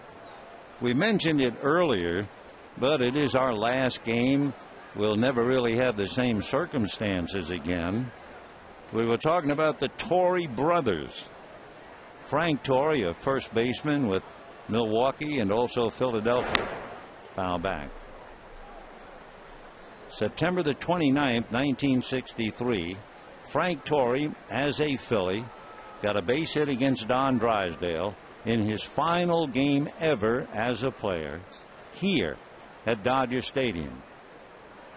Lap dissolve, as they say in the business, moved from 63 to 2010, and this will be Brother Joe's last game here as a manager. Fly ball to Kemp, and 1 away. But the other note about Joe, his very first game with Milwaukee at Dodger Stadium. It was the second series. Dodger Stadium opened up with Cincinnati in April of '62. April the 13th, Joe checked in here with Milwaukee and got a base hit. Both brothers getting a single against Don Drysdale over those years. Strike. Allen has struck out, fly to right. 0 for 2.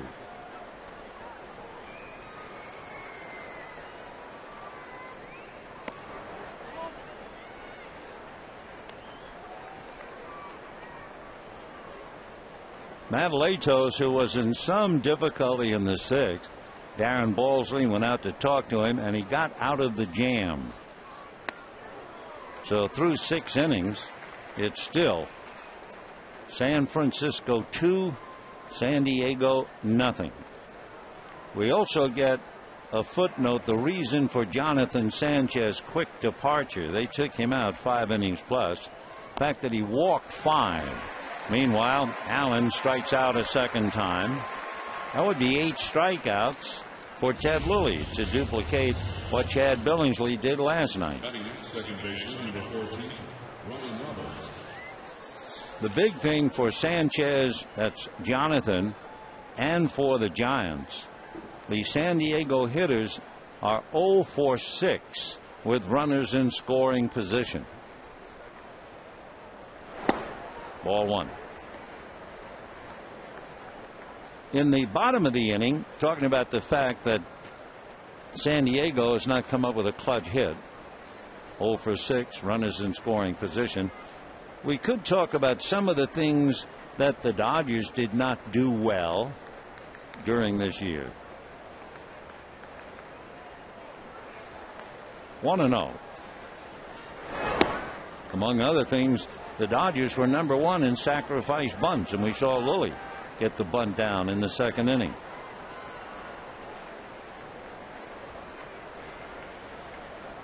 2-0 the count.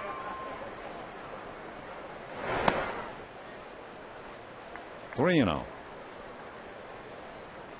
Brian Roberts followed by Gerardo Parra, and Parra has given Lilly a bad time.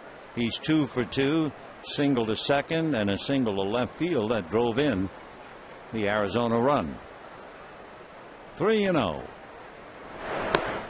And there's ball 4.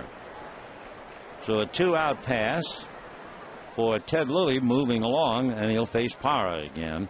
Say, a reminder, you can begin your 2011 season with a trip to Camelback Ranch, Glendale. Watch the Dodgers in the Cactus League next spring. Season ticket and group package is now available. For tickets, call 623-302-5000 or visit Dodgers.com/spring. 2-1 Dodgers. We're in the top of the 6th inning.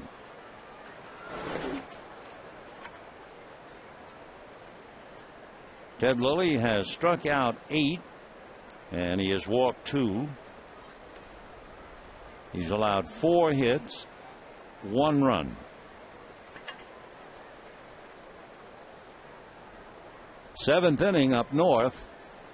Will Venable is the batter. Ground ball to Carroll on the bag for the force, and that's that. No runs, no hits, a man left, and at the end of 5.5 innings, Dodgers lead 2-1.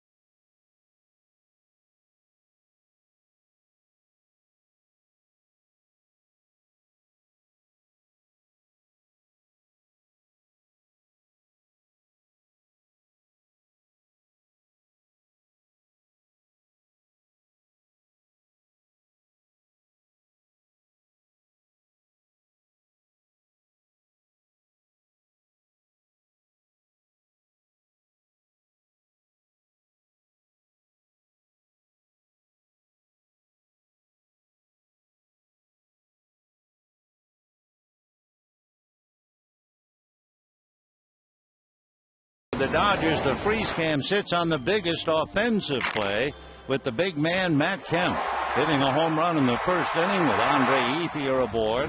His 28th home run of the year and the 5th game in a row in which he has hit a home run. So it's 2-1 in favor of the Dodgers as we go to the bottom of the 6th behind the swing of Matt Kemp and the arm of Ted Lilly.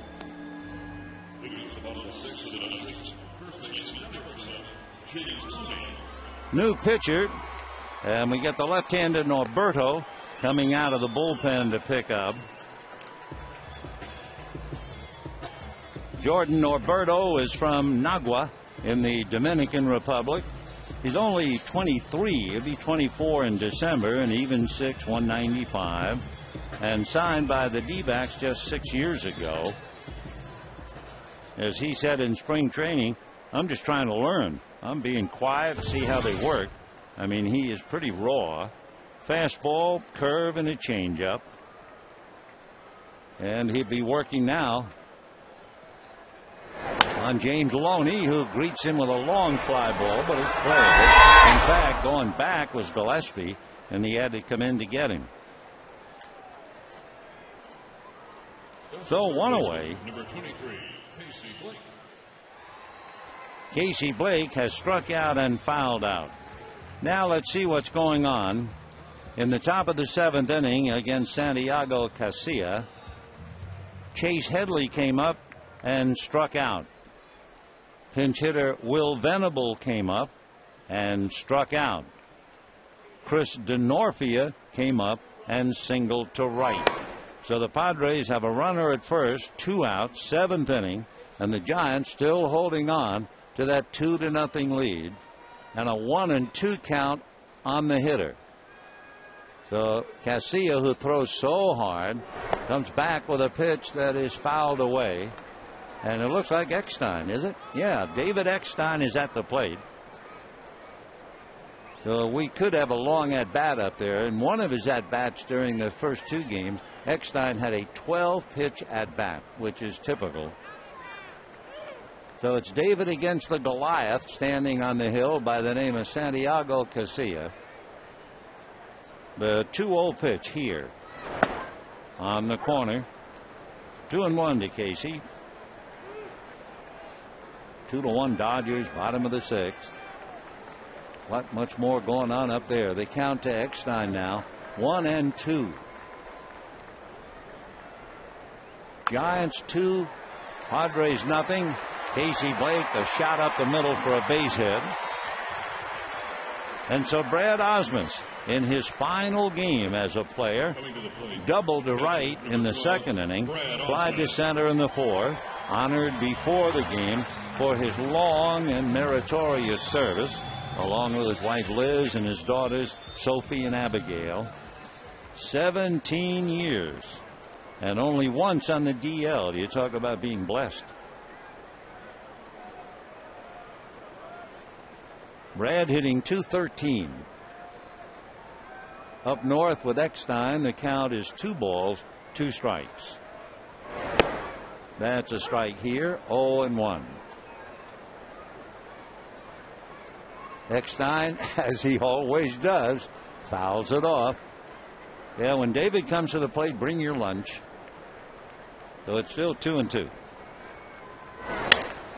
Cracked back, ground ball to short. They're going to get the force play. They're going to get the double play. So no runs a hit, nobody left. And at the end of 6, it's still Dodgers 2, D-backs 1.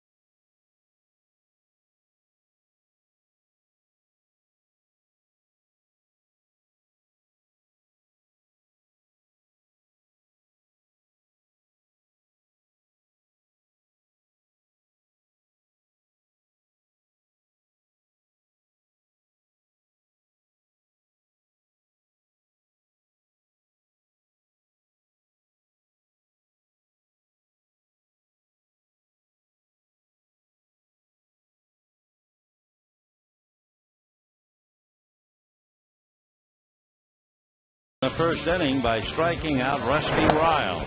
Then it was big Brandon Allen, followed by Cole Gillespie. The pitcher Rodrigo Lopez looking at a curveball. Tony Abreu struck out. He got Brian Roberts. He went on to get Abreu again and finished it up against Brandon Allen one more time. So 8 strikeouts for Ted Lilly as he goes to work in the 7th. 2-1 in favor of the Dodgers. A moment ago we were talking about David Eckstein fouling off pitches, etc., and he got aboard. I assume he walked, but I'm not sure. And the Padres have runners at first and second. They're trailing the Giants 2-0, and they're in the 7th inning. They took a shot of the bullpen a moment ago. I'm not sure if Casilla is coming out or not. We'll wait when they come back from commercial. 0-2 the count to Konrad Schmidt, the catcher. Lilly from the third base side of the rubber.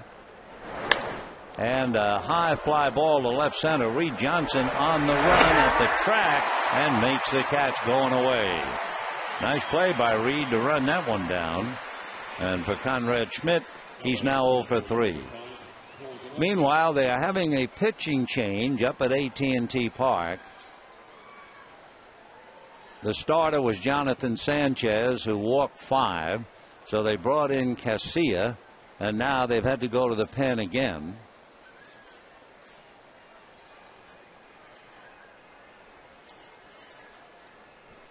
We were wondering about Eckstein, how he got aboard, and we find out now.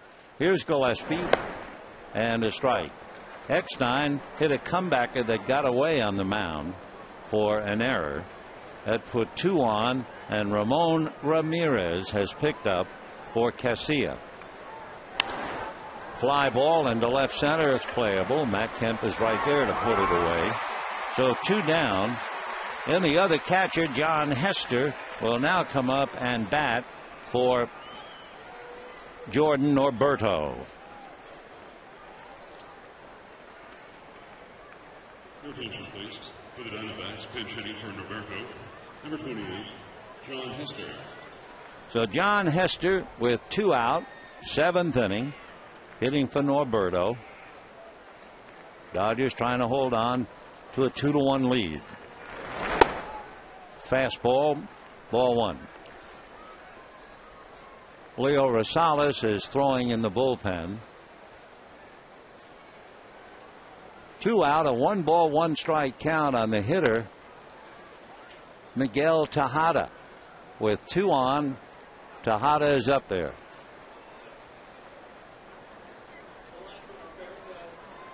So a big moment for Padre fans for sure. Next pitch here fouled away. Tejada fouls a pitch off, and the count goes 1-2. To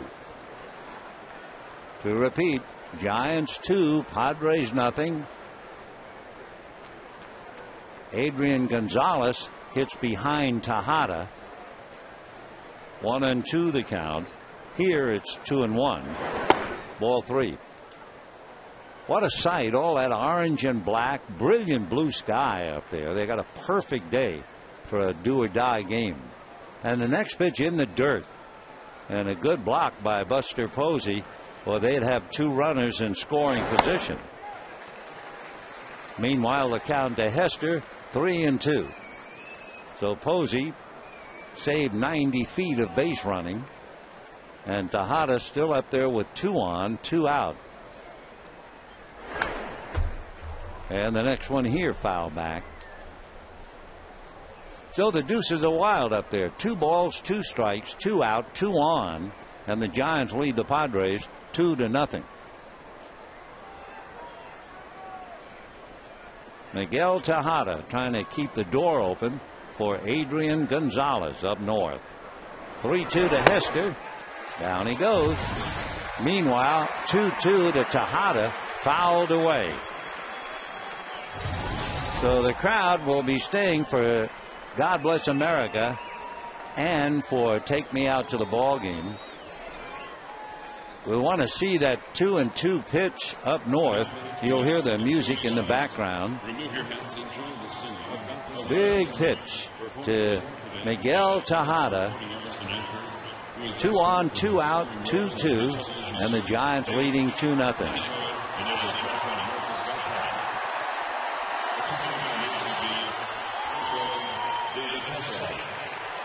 David Hasselhoff will be singing God Bless America in the background. We'll be quiet, but we do want to get the disposition of Tejada. America, land that I love, stand beside her and guide her through the night with the light from above. From the mountains to the prairie to the ocean, white with foam. God bless America, my home, sweet home.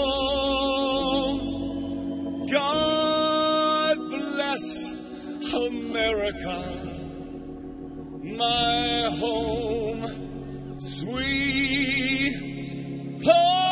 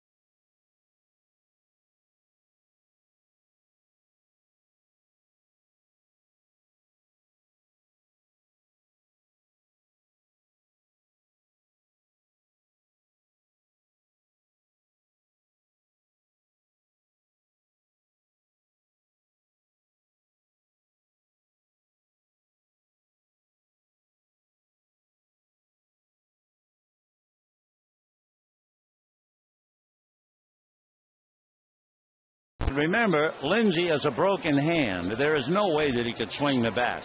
What the Dodgers are doing for sentimental reasons, they will have him have his name announced one last time, and then after he's been announced as the pinch hitter, then they will hit for him. But they want John to get one more sip of the cup.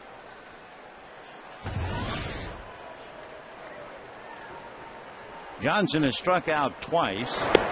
Leo Rosales now working.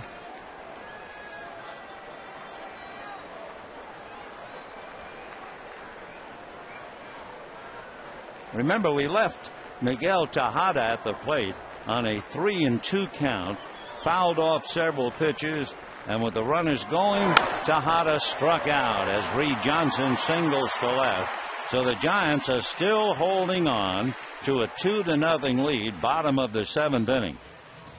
And now here's a touching moment. Here comes John Lindsay.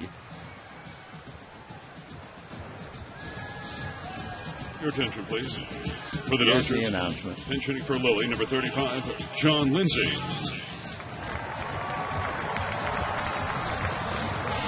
So Lindsay talking to Alfonso Marquez. In a moment, he will be called back and Trent Olshin will bat for him. But he understands. He is such a great guy. 16 years in the minors, tough breaks, but he continues to smile. And in a short time, this ball club has just fallen in love with him. He's really quite a model of deportment as to what to do, stick-to-itiveness. Well, they gave him one last shot in a major league box score. And boy, all of those fellas who have made it here, don't they appreciate what he's gone through?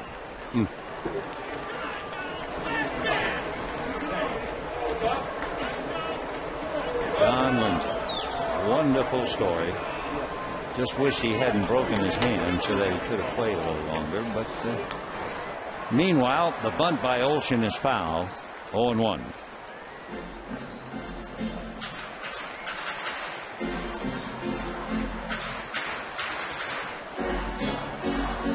Nobody out. Reed Johnson at first base. 2-1 in favor of the Dodgers. And you wonder, with everything going on right now in the Dodger dugout, I mean, just imagine what's going on inside the head of heart of Joe Torre. How much longer before his career, and we say that advisedly, it's not that I know it's the end of it, we don't know his end here. The bunt in the air, caught by Rosales. So Olshin can't get it down and pops it up. And Ryan Theriot coming up. Joe said he knew it would be difficult. He knew it would be sentimental. And of course he stays close. His good pal, Don Mattingly, right there with him. 29 years as a Major League Baseball manager. After playing 18 years, his debut way back when, and his absolute peak as a player with St. Louis.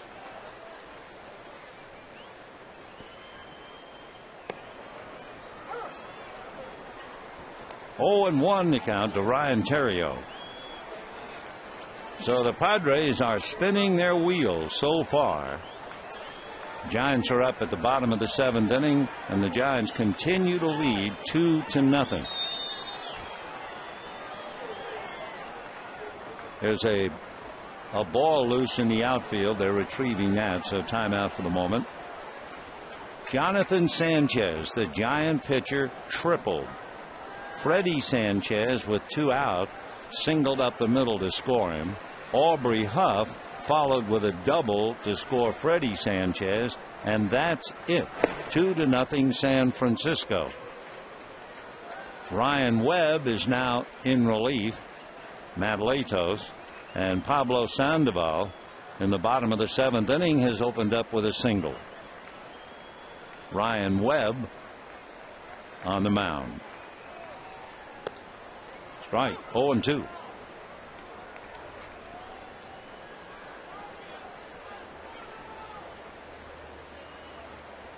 Every song that Nancy B. Heffley has played today really has a meaning, especially on the last day of the season.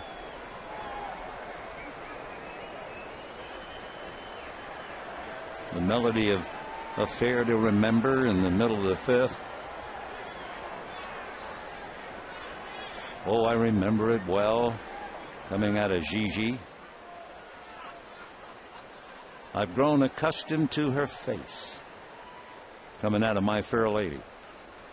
Because Nancy's always worth listening to, but every song she has played today really has some meaning behind it. 1-2 the count to Ryan Theriot. Eugenio Velez came up and tried to bunt Sandoval over, but he bunted into a force play. So there's 1 out, and they are now going to go to the bullpen and take out Ryan Webb.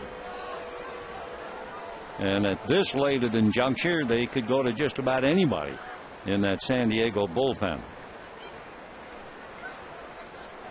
2-0 Giants, and it's 2-1 Dodgers. We're in the 7th, so are they. Hard ground ball, smothered by Abreu on his knees, pulls his first baseman off. But Tony Abreu saved an extra base hit that might very well have scored Reed Johnson. Great play by Tony. Tried to get his man but couldn't do it. So Terrio singles to third, and that'll bring up Jamie Carroll.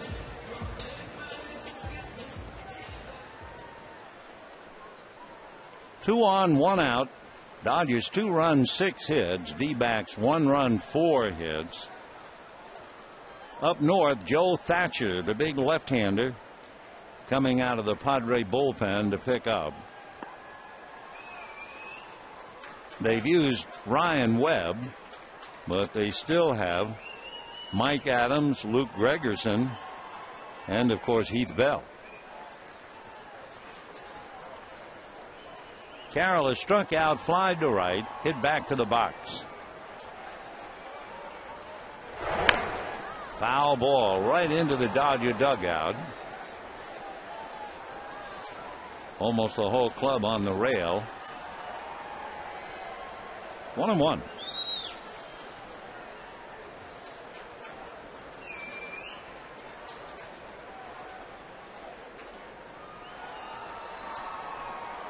Leo Rosales, born here in Los Angeles, on the mound. Leo went to school at Cal State Northridge. He's 29. 2 balls and 1 strike. When Rosales was signed by the Padres, he went to spring training 3 years ago, and he worked with a recipe from his mother making taquitos for the post-game spread. And Bud Black had a great line, and that's a great pitch. Black said he's got a good changeup and he can cook. That's Leo Rosales. He's cooking with Carroll. 2-2 the count. Leo is 6'1", 185.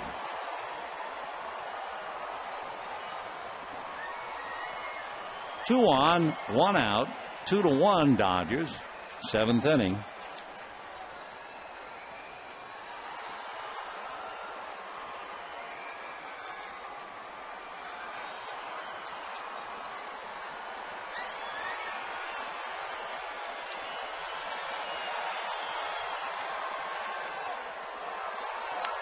Another foul ball into and out of the Dodger dugout. Jamie almost got somebody on the rail. There you go. So the Dodgers, Clayton Kershaw bobbing and weaving down there in the dugout. That was close. Still 2-2. Kershaw, starting Friday night's been the so-called errand boy, with Ausmus as the manager and then Jamie Carroll as the manager. They're always telling the good-natured left-hander to go to Sandwich, get a pizza, whatever. 2-2. Ball 3. Joe Thatcher is now pitching. Andres Torres is up. 1 out and a man at first. 7th inning, Giants lead 2-0. Padres unable to come up with a base hit with a runner in scoring position. Dodgers know that feeling, and they have Johnson and Terrio out there, and ball 4. So Andre Ethier will be coming up with the bases loaded. So Johnson at third, Terrio at second, Carroll at first. For Kirk Gibson, he's already used Lopez, Norberto, and Rosales. Here's Mike Hampton in the pen, and he will bring Mike Hampton in. So with Hampton coming in, Rosales going out, we'll be back.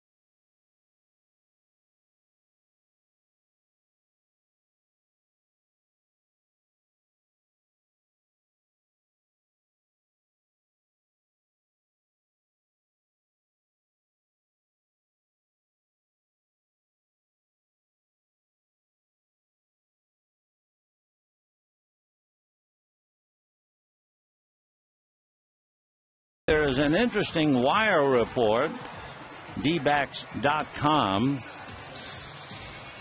It said General Manager Kevin Towers said Sunday morning that the club will have an announcement on Kirk Gibson and the staff, and it is expected that Gibson will be retained with changes on his coaching staff, and Towers will meet with the coaches Monday morning. So at least for the moment, that sounds like very good news. Kevin Towers talking about Kirk Gibson coming back, although this is only a report.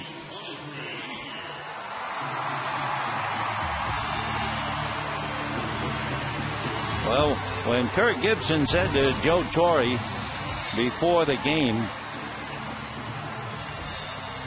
"This is only the beginning. I hope I have the run that you had," you can well understand Kirk's feelings, how much he wants to come back, and we hope he is back. So 1 out. Dodgers have loaded the bases. Andre Ethier facing Mike Hampton. Ball 1. Hampton years ago could really bring it, as the players say. Ethier has never faced him before. Matt Kemp on deck is 1 for 3 against him.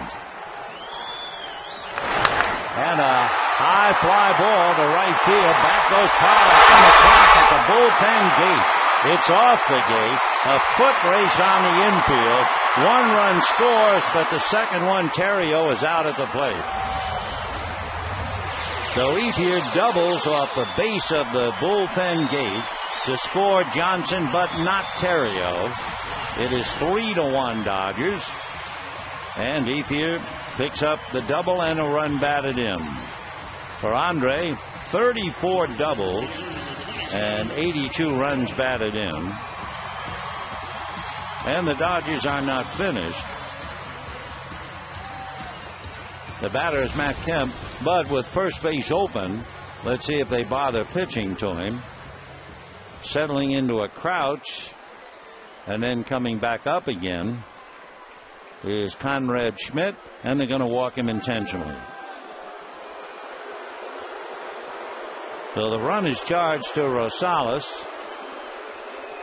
and Hampton now gives up the intentional walk, and in a moment James Loney. Mike Hampton, 38 years old, 5'10", 195. He's had almost 17 years in the big leagues. He joined the D-backs after 15 years with the Mariners, the Astros, the Mets, the Rockies, and the Braves. So Mike and Loney hook up here with the bases loaded, 3-1 Dodgers. Meanwhile, Luke Gregerson is now in there. Torres worked Thatcher for a walk, so Freddie Sanchez is coming up. 2 on, 1 out, and Luke Gregerson facing Freddie, who knocked in the first run with a base hit up the middle to score Jonathan Sanchez, and then Freddie scored on the double by Aubrey Huff. So another chance for little Freddie to be a big man. Meanwhile, here's Loney, and a strike, 0-1.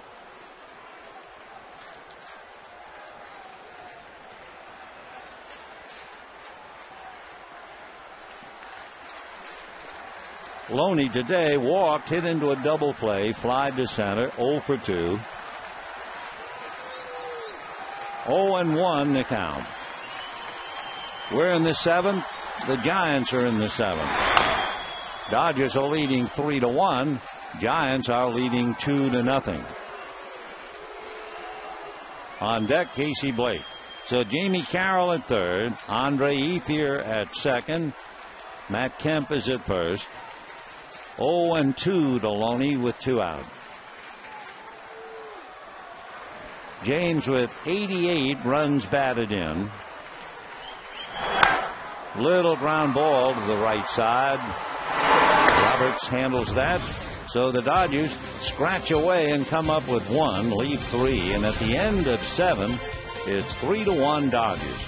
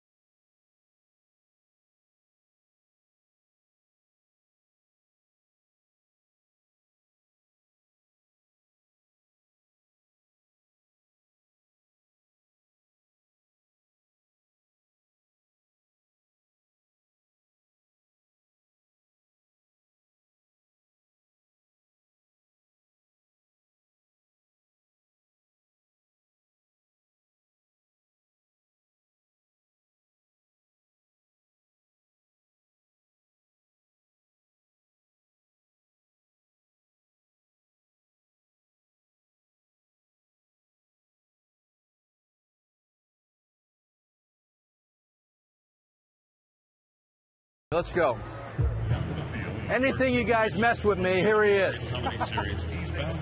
Tell you what I'm going to do, Alfonso. I'm going to pinch hit this kid with the broken hand, and then just pinch hit for him, just to get him in this game. Okay? Because this is a kid that's 16 years in the minor league. I remember having him down there. He's a hell of a kid, you know. Okay, so I just want to let you know. Nice going, young man.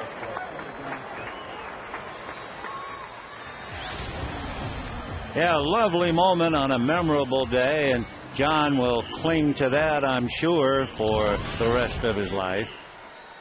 There would be a happier ending. He has the pin inserted in the left hand. He plays winter ball in Mexico, comes to spring training, and makes the ball club. Now, wouldn't that be a story? Hope so. Kenley Jansen. And a strike.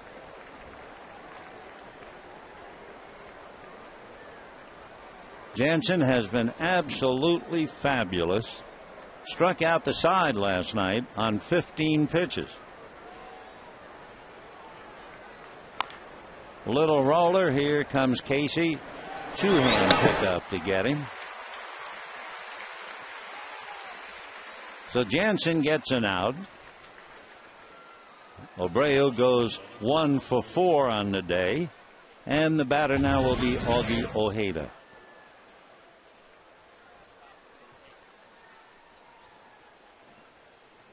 Up north, the Giants fail to score, so that game goes to the top of the 8th inning. Freddie Sanchez popped to center field. That brought up Aubrey Huff, and Huff grounded out. So they go to the 8th inning, and it is still Giants 2, Padres nothing. The Braves won their game. That had to be a thriller, 8-7 over Philadelphia. So if the Giants hold on, the Giants would claim the National League West, and Atlanta would be the wild card, and San Diego would join the Dodgers in watching the postseason.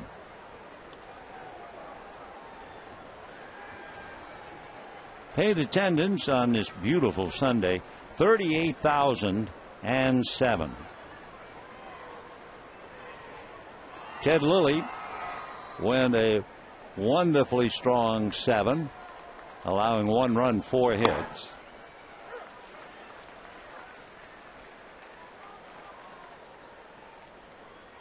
The Jansen trying to lock it up for him.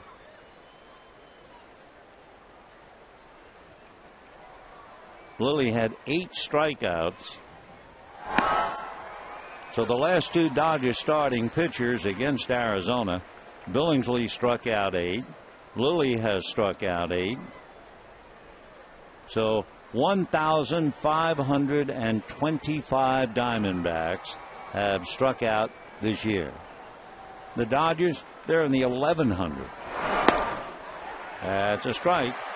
And another one bites the dust. Strikeout number 1 for Jansen.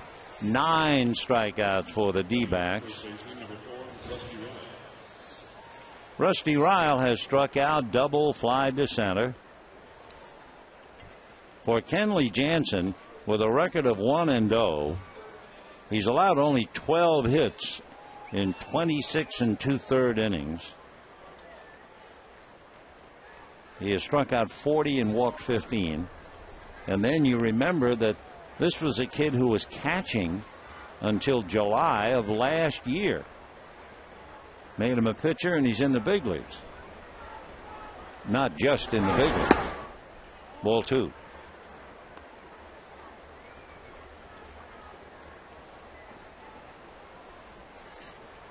Eighth inning at AT&T Park. Padres are batting 2-0 in favor of the Giants.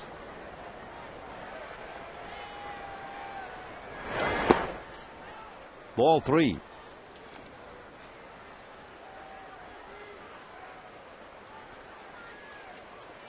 Top of the 8th inning, they brought in Javier Lopez, did the Giants, to start the 8th, and he's facing Adrian Gonzalez.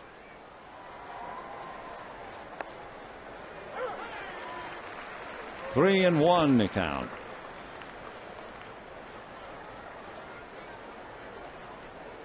Gonzalez has just fouled out to Pablo Sandoval, and Bruce Bochy is heading for the mound. So there might be another change up there, with the Giants stubbornly holding on to a 2-0 lead and pushing the Padres away. 38,007 out here with us today. The final game of the year. 3-2. Fouled away.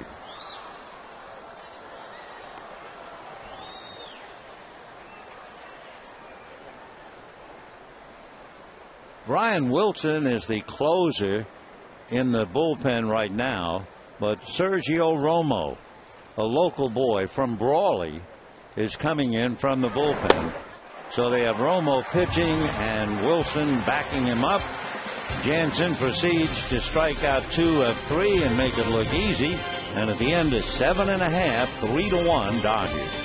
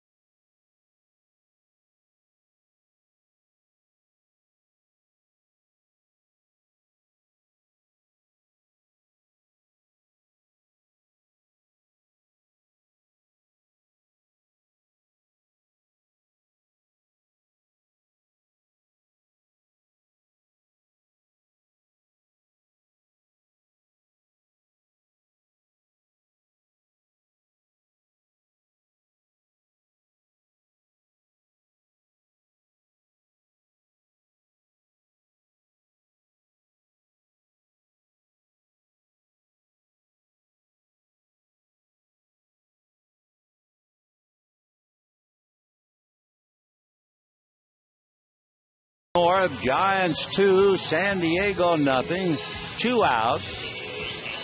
Adrian Gonzalez, a somewhat downcast figure, looking on from the dugout, having just fouled out. And Yorbit Torrealba, who had a very big at-bat. He came up earlier in the game and hit into a double play. Torrealba now is at the plate. Meanwhile, Aaron Heilman will be pitching to Casey Blake. Fouled away, 0-1.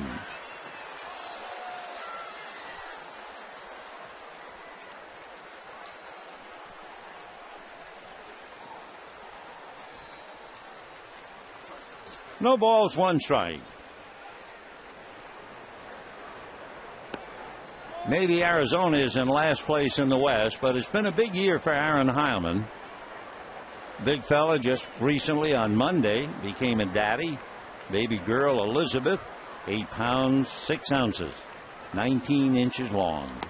Elizabeth Heilman. 2-1 the count. Yes, there are far more important things in a baseball game.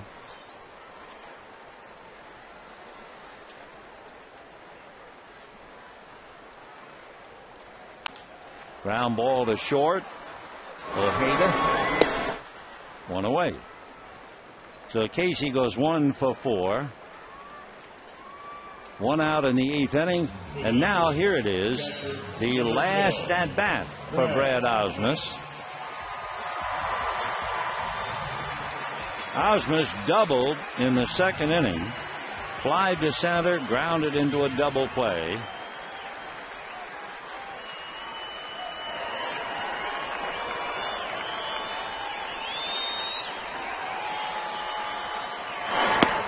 And a strike. I'll bet if he could, Ausmus would will this at bat to take a while. 1,578 hits. He had a base hit in his very first game, and he's got another.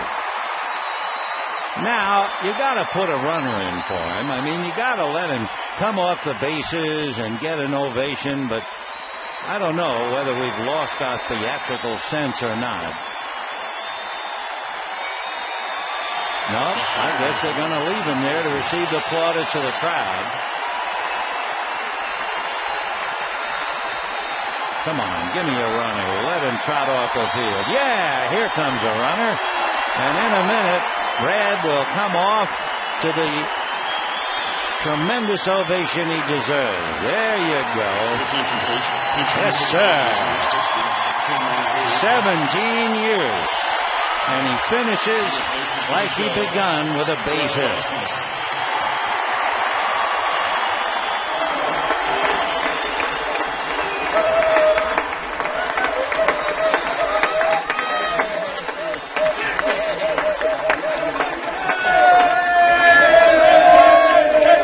For the last time, hit him on top of the head. And in retrospect, there's one fella 17 years in the big leagues. And there's another fella down there 16 years in the minor leagues.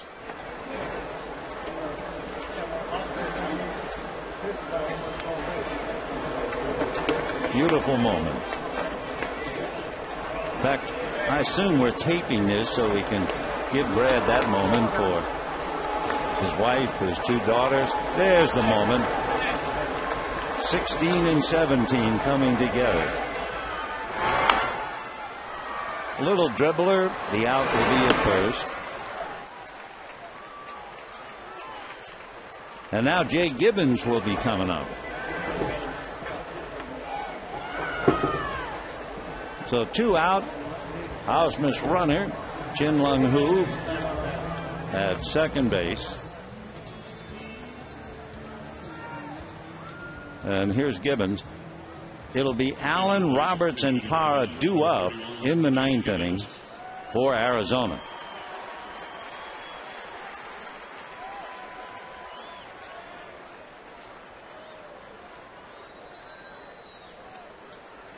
Jay, 284, 5 and 17, good power.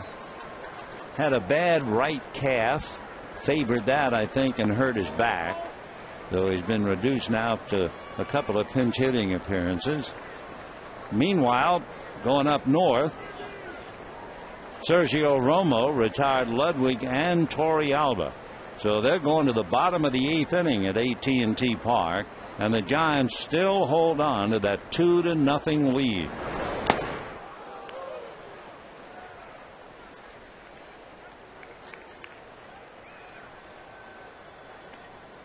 One ball and one strike. Again, we'll repeat for those who joined us late. The Braves won. If the Giants win, they win the Western title, and Atlanta is the wild card. That's all you really have to keep in mind. That's popped up, and it will be Tony Abreu. So no runs, a hit, a man left. Brad Osmus tipping his cap to the ovation, a well-deserved ovation as he says goodbye, and the Dodgers lead 3-1.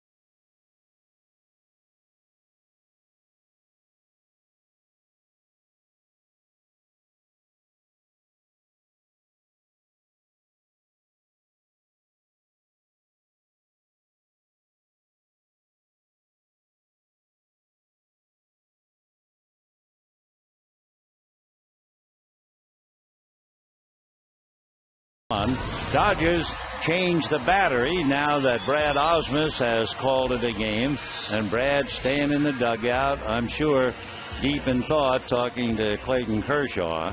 A.J. Ellis is behind the plate and Hung-Chi Kuo on the mound. And for Brad, it should be duly noted, he finished up his final game with a double and a single. And now Kuo trying to lock it up. Up north in the bottom of the 8th inning, Buster Posey led off with a home run against Luke Gregerson.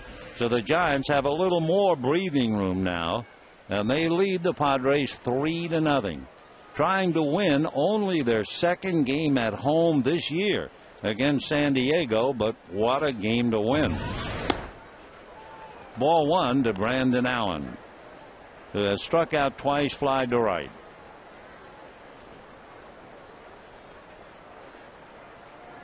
One ball, no strikes. Brandon hitting .267, and that's ball two, 2-0. Ryan Roberts on deck, 0 for 2 with a walk. Gerardo Parra, a left-hand batter, is 2 for 3. 2-1 the count.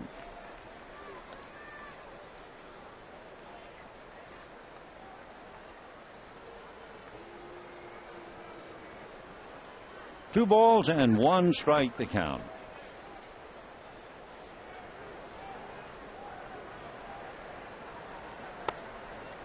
Ball three.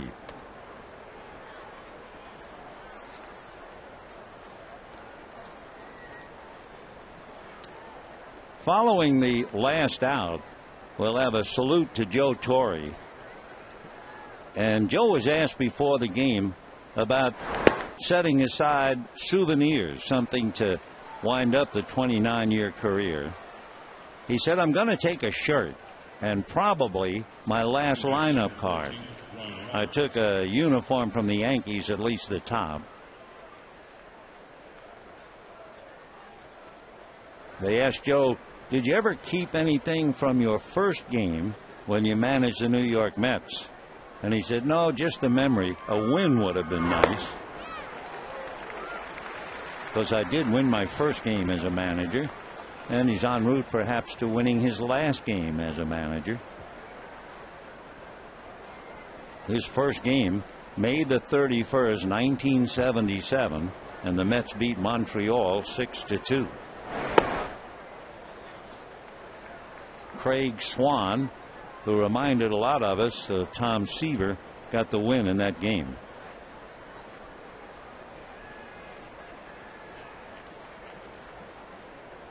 Joe, you may remember, if you go back that far, briefly was a player manager for the Mets, and he used himself twice.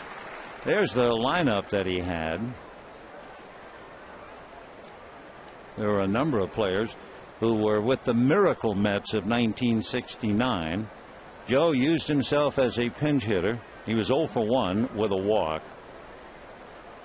Then he ended his playing career when the Mets traded away Tom Seaver.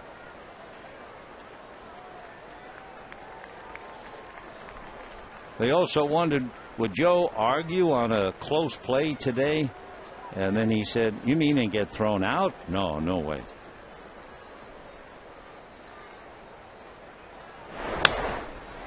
And that's going to be fielded at short by who?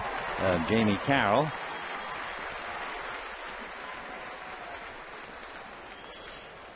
So with one away, Brandon Allen out there at second base, and Gerard Parra coming up.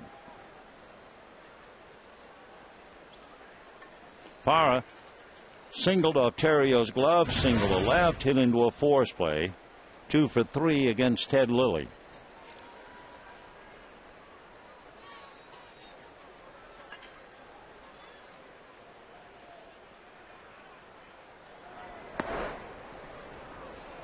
One ball and no strikes.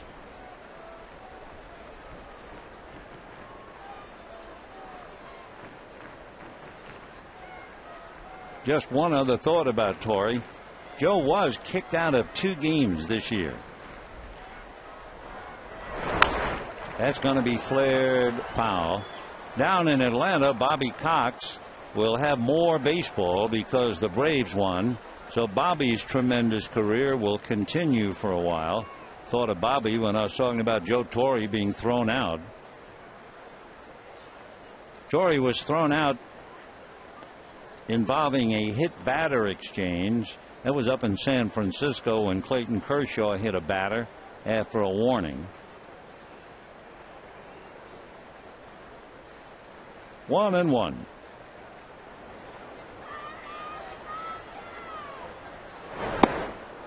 Fastball down and away. 1-2 the count. Joe was also kicked out of a ball game in Houston, September the 11th. So he was not kicked out of a game here. Allen at second base, 1 out, 9th inning, 3-1 Dodgers.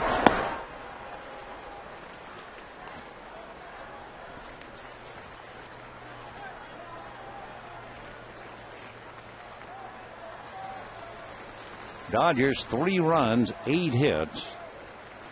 D-backs 1 run, 4 hits. Right now, Lilly to win, Lopez to lose.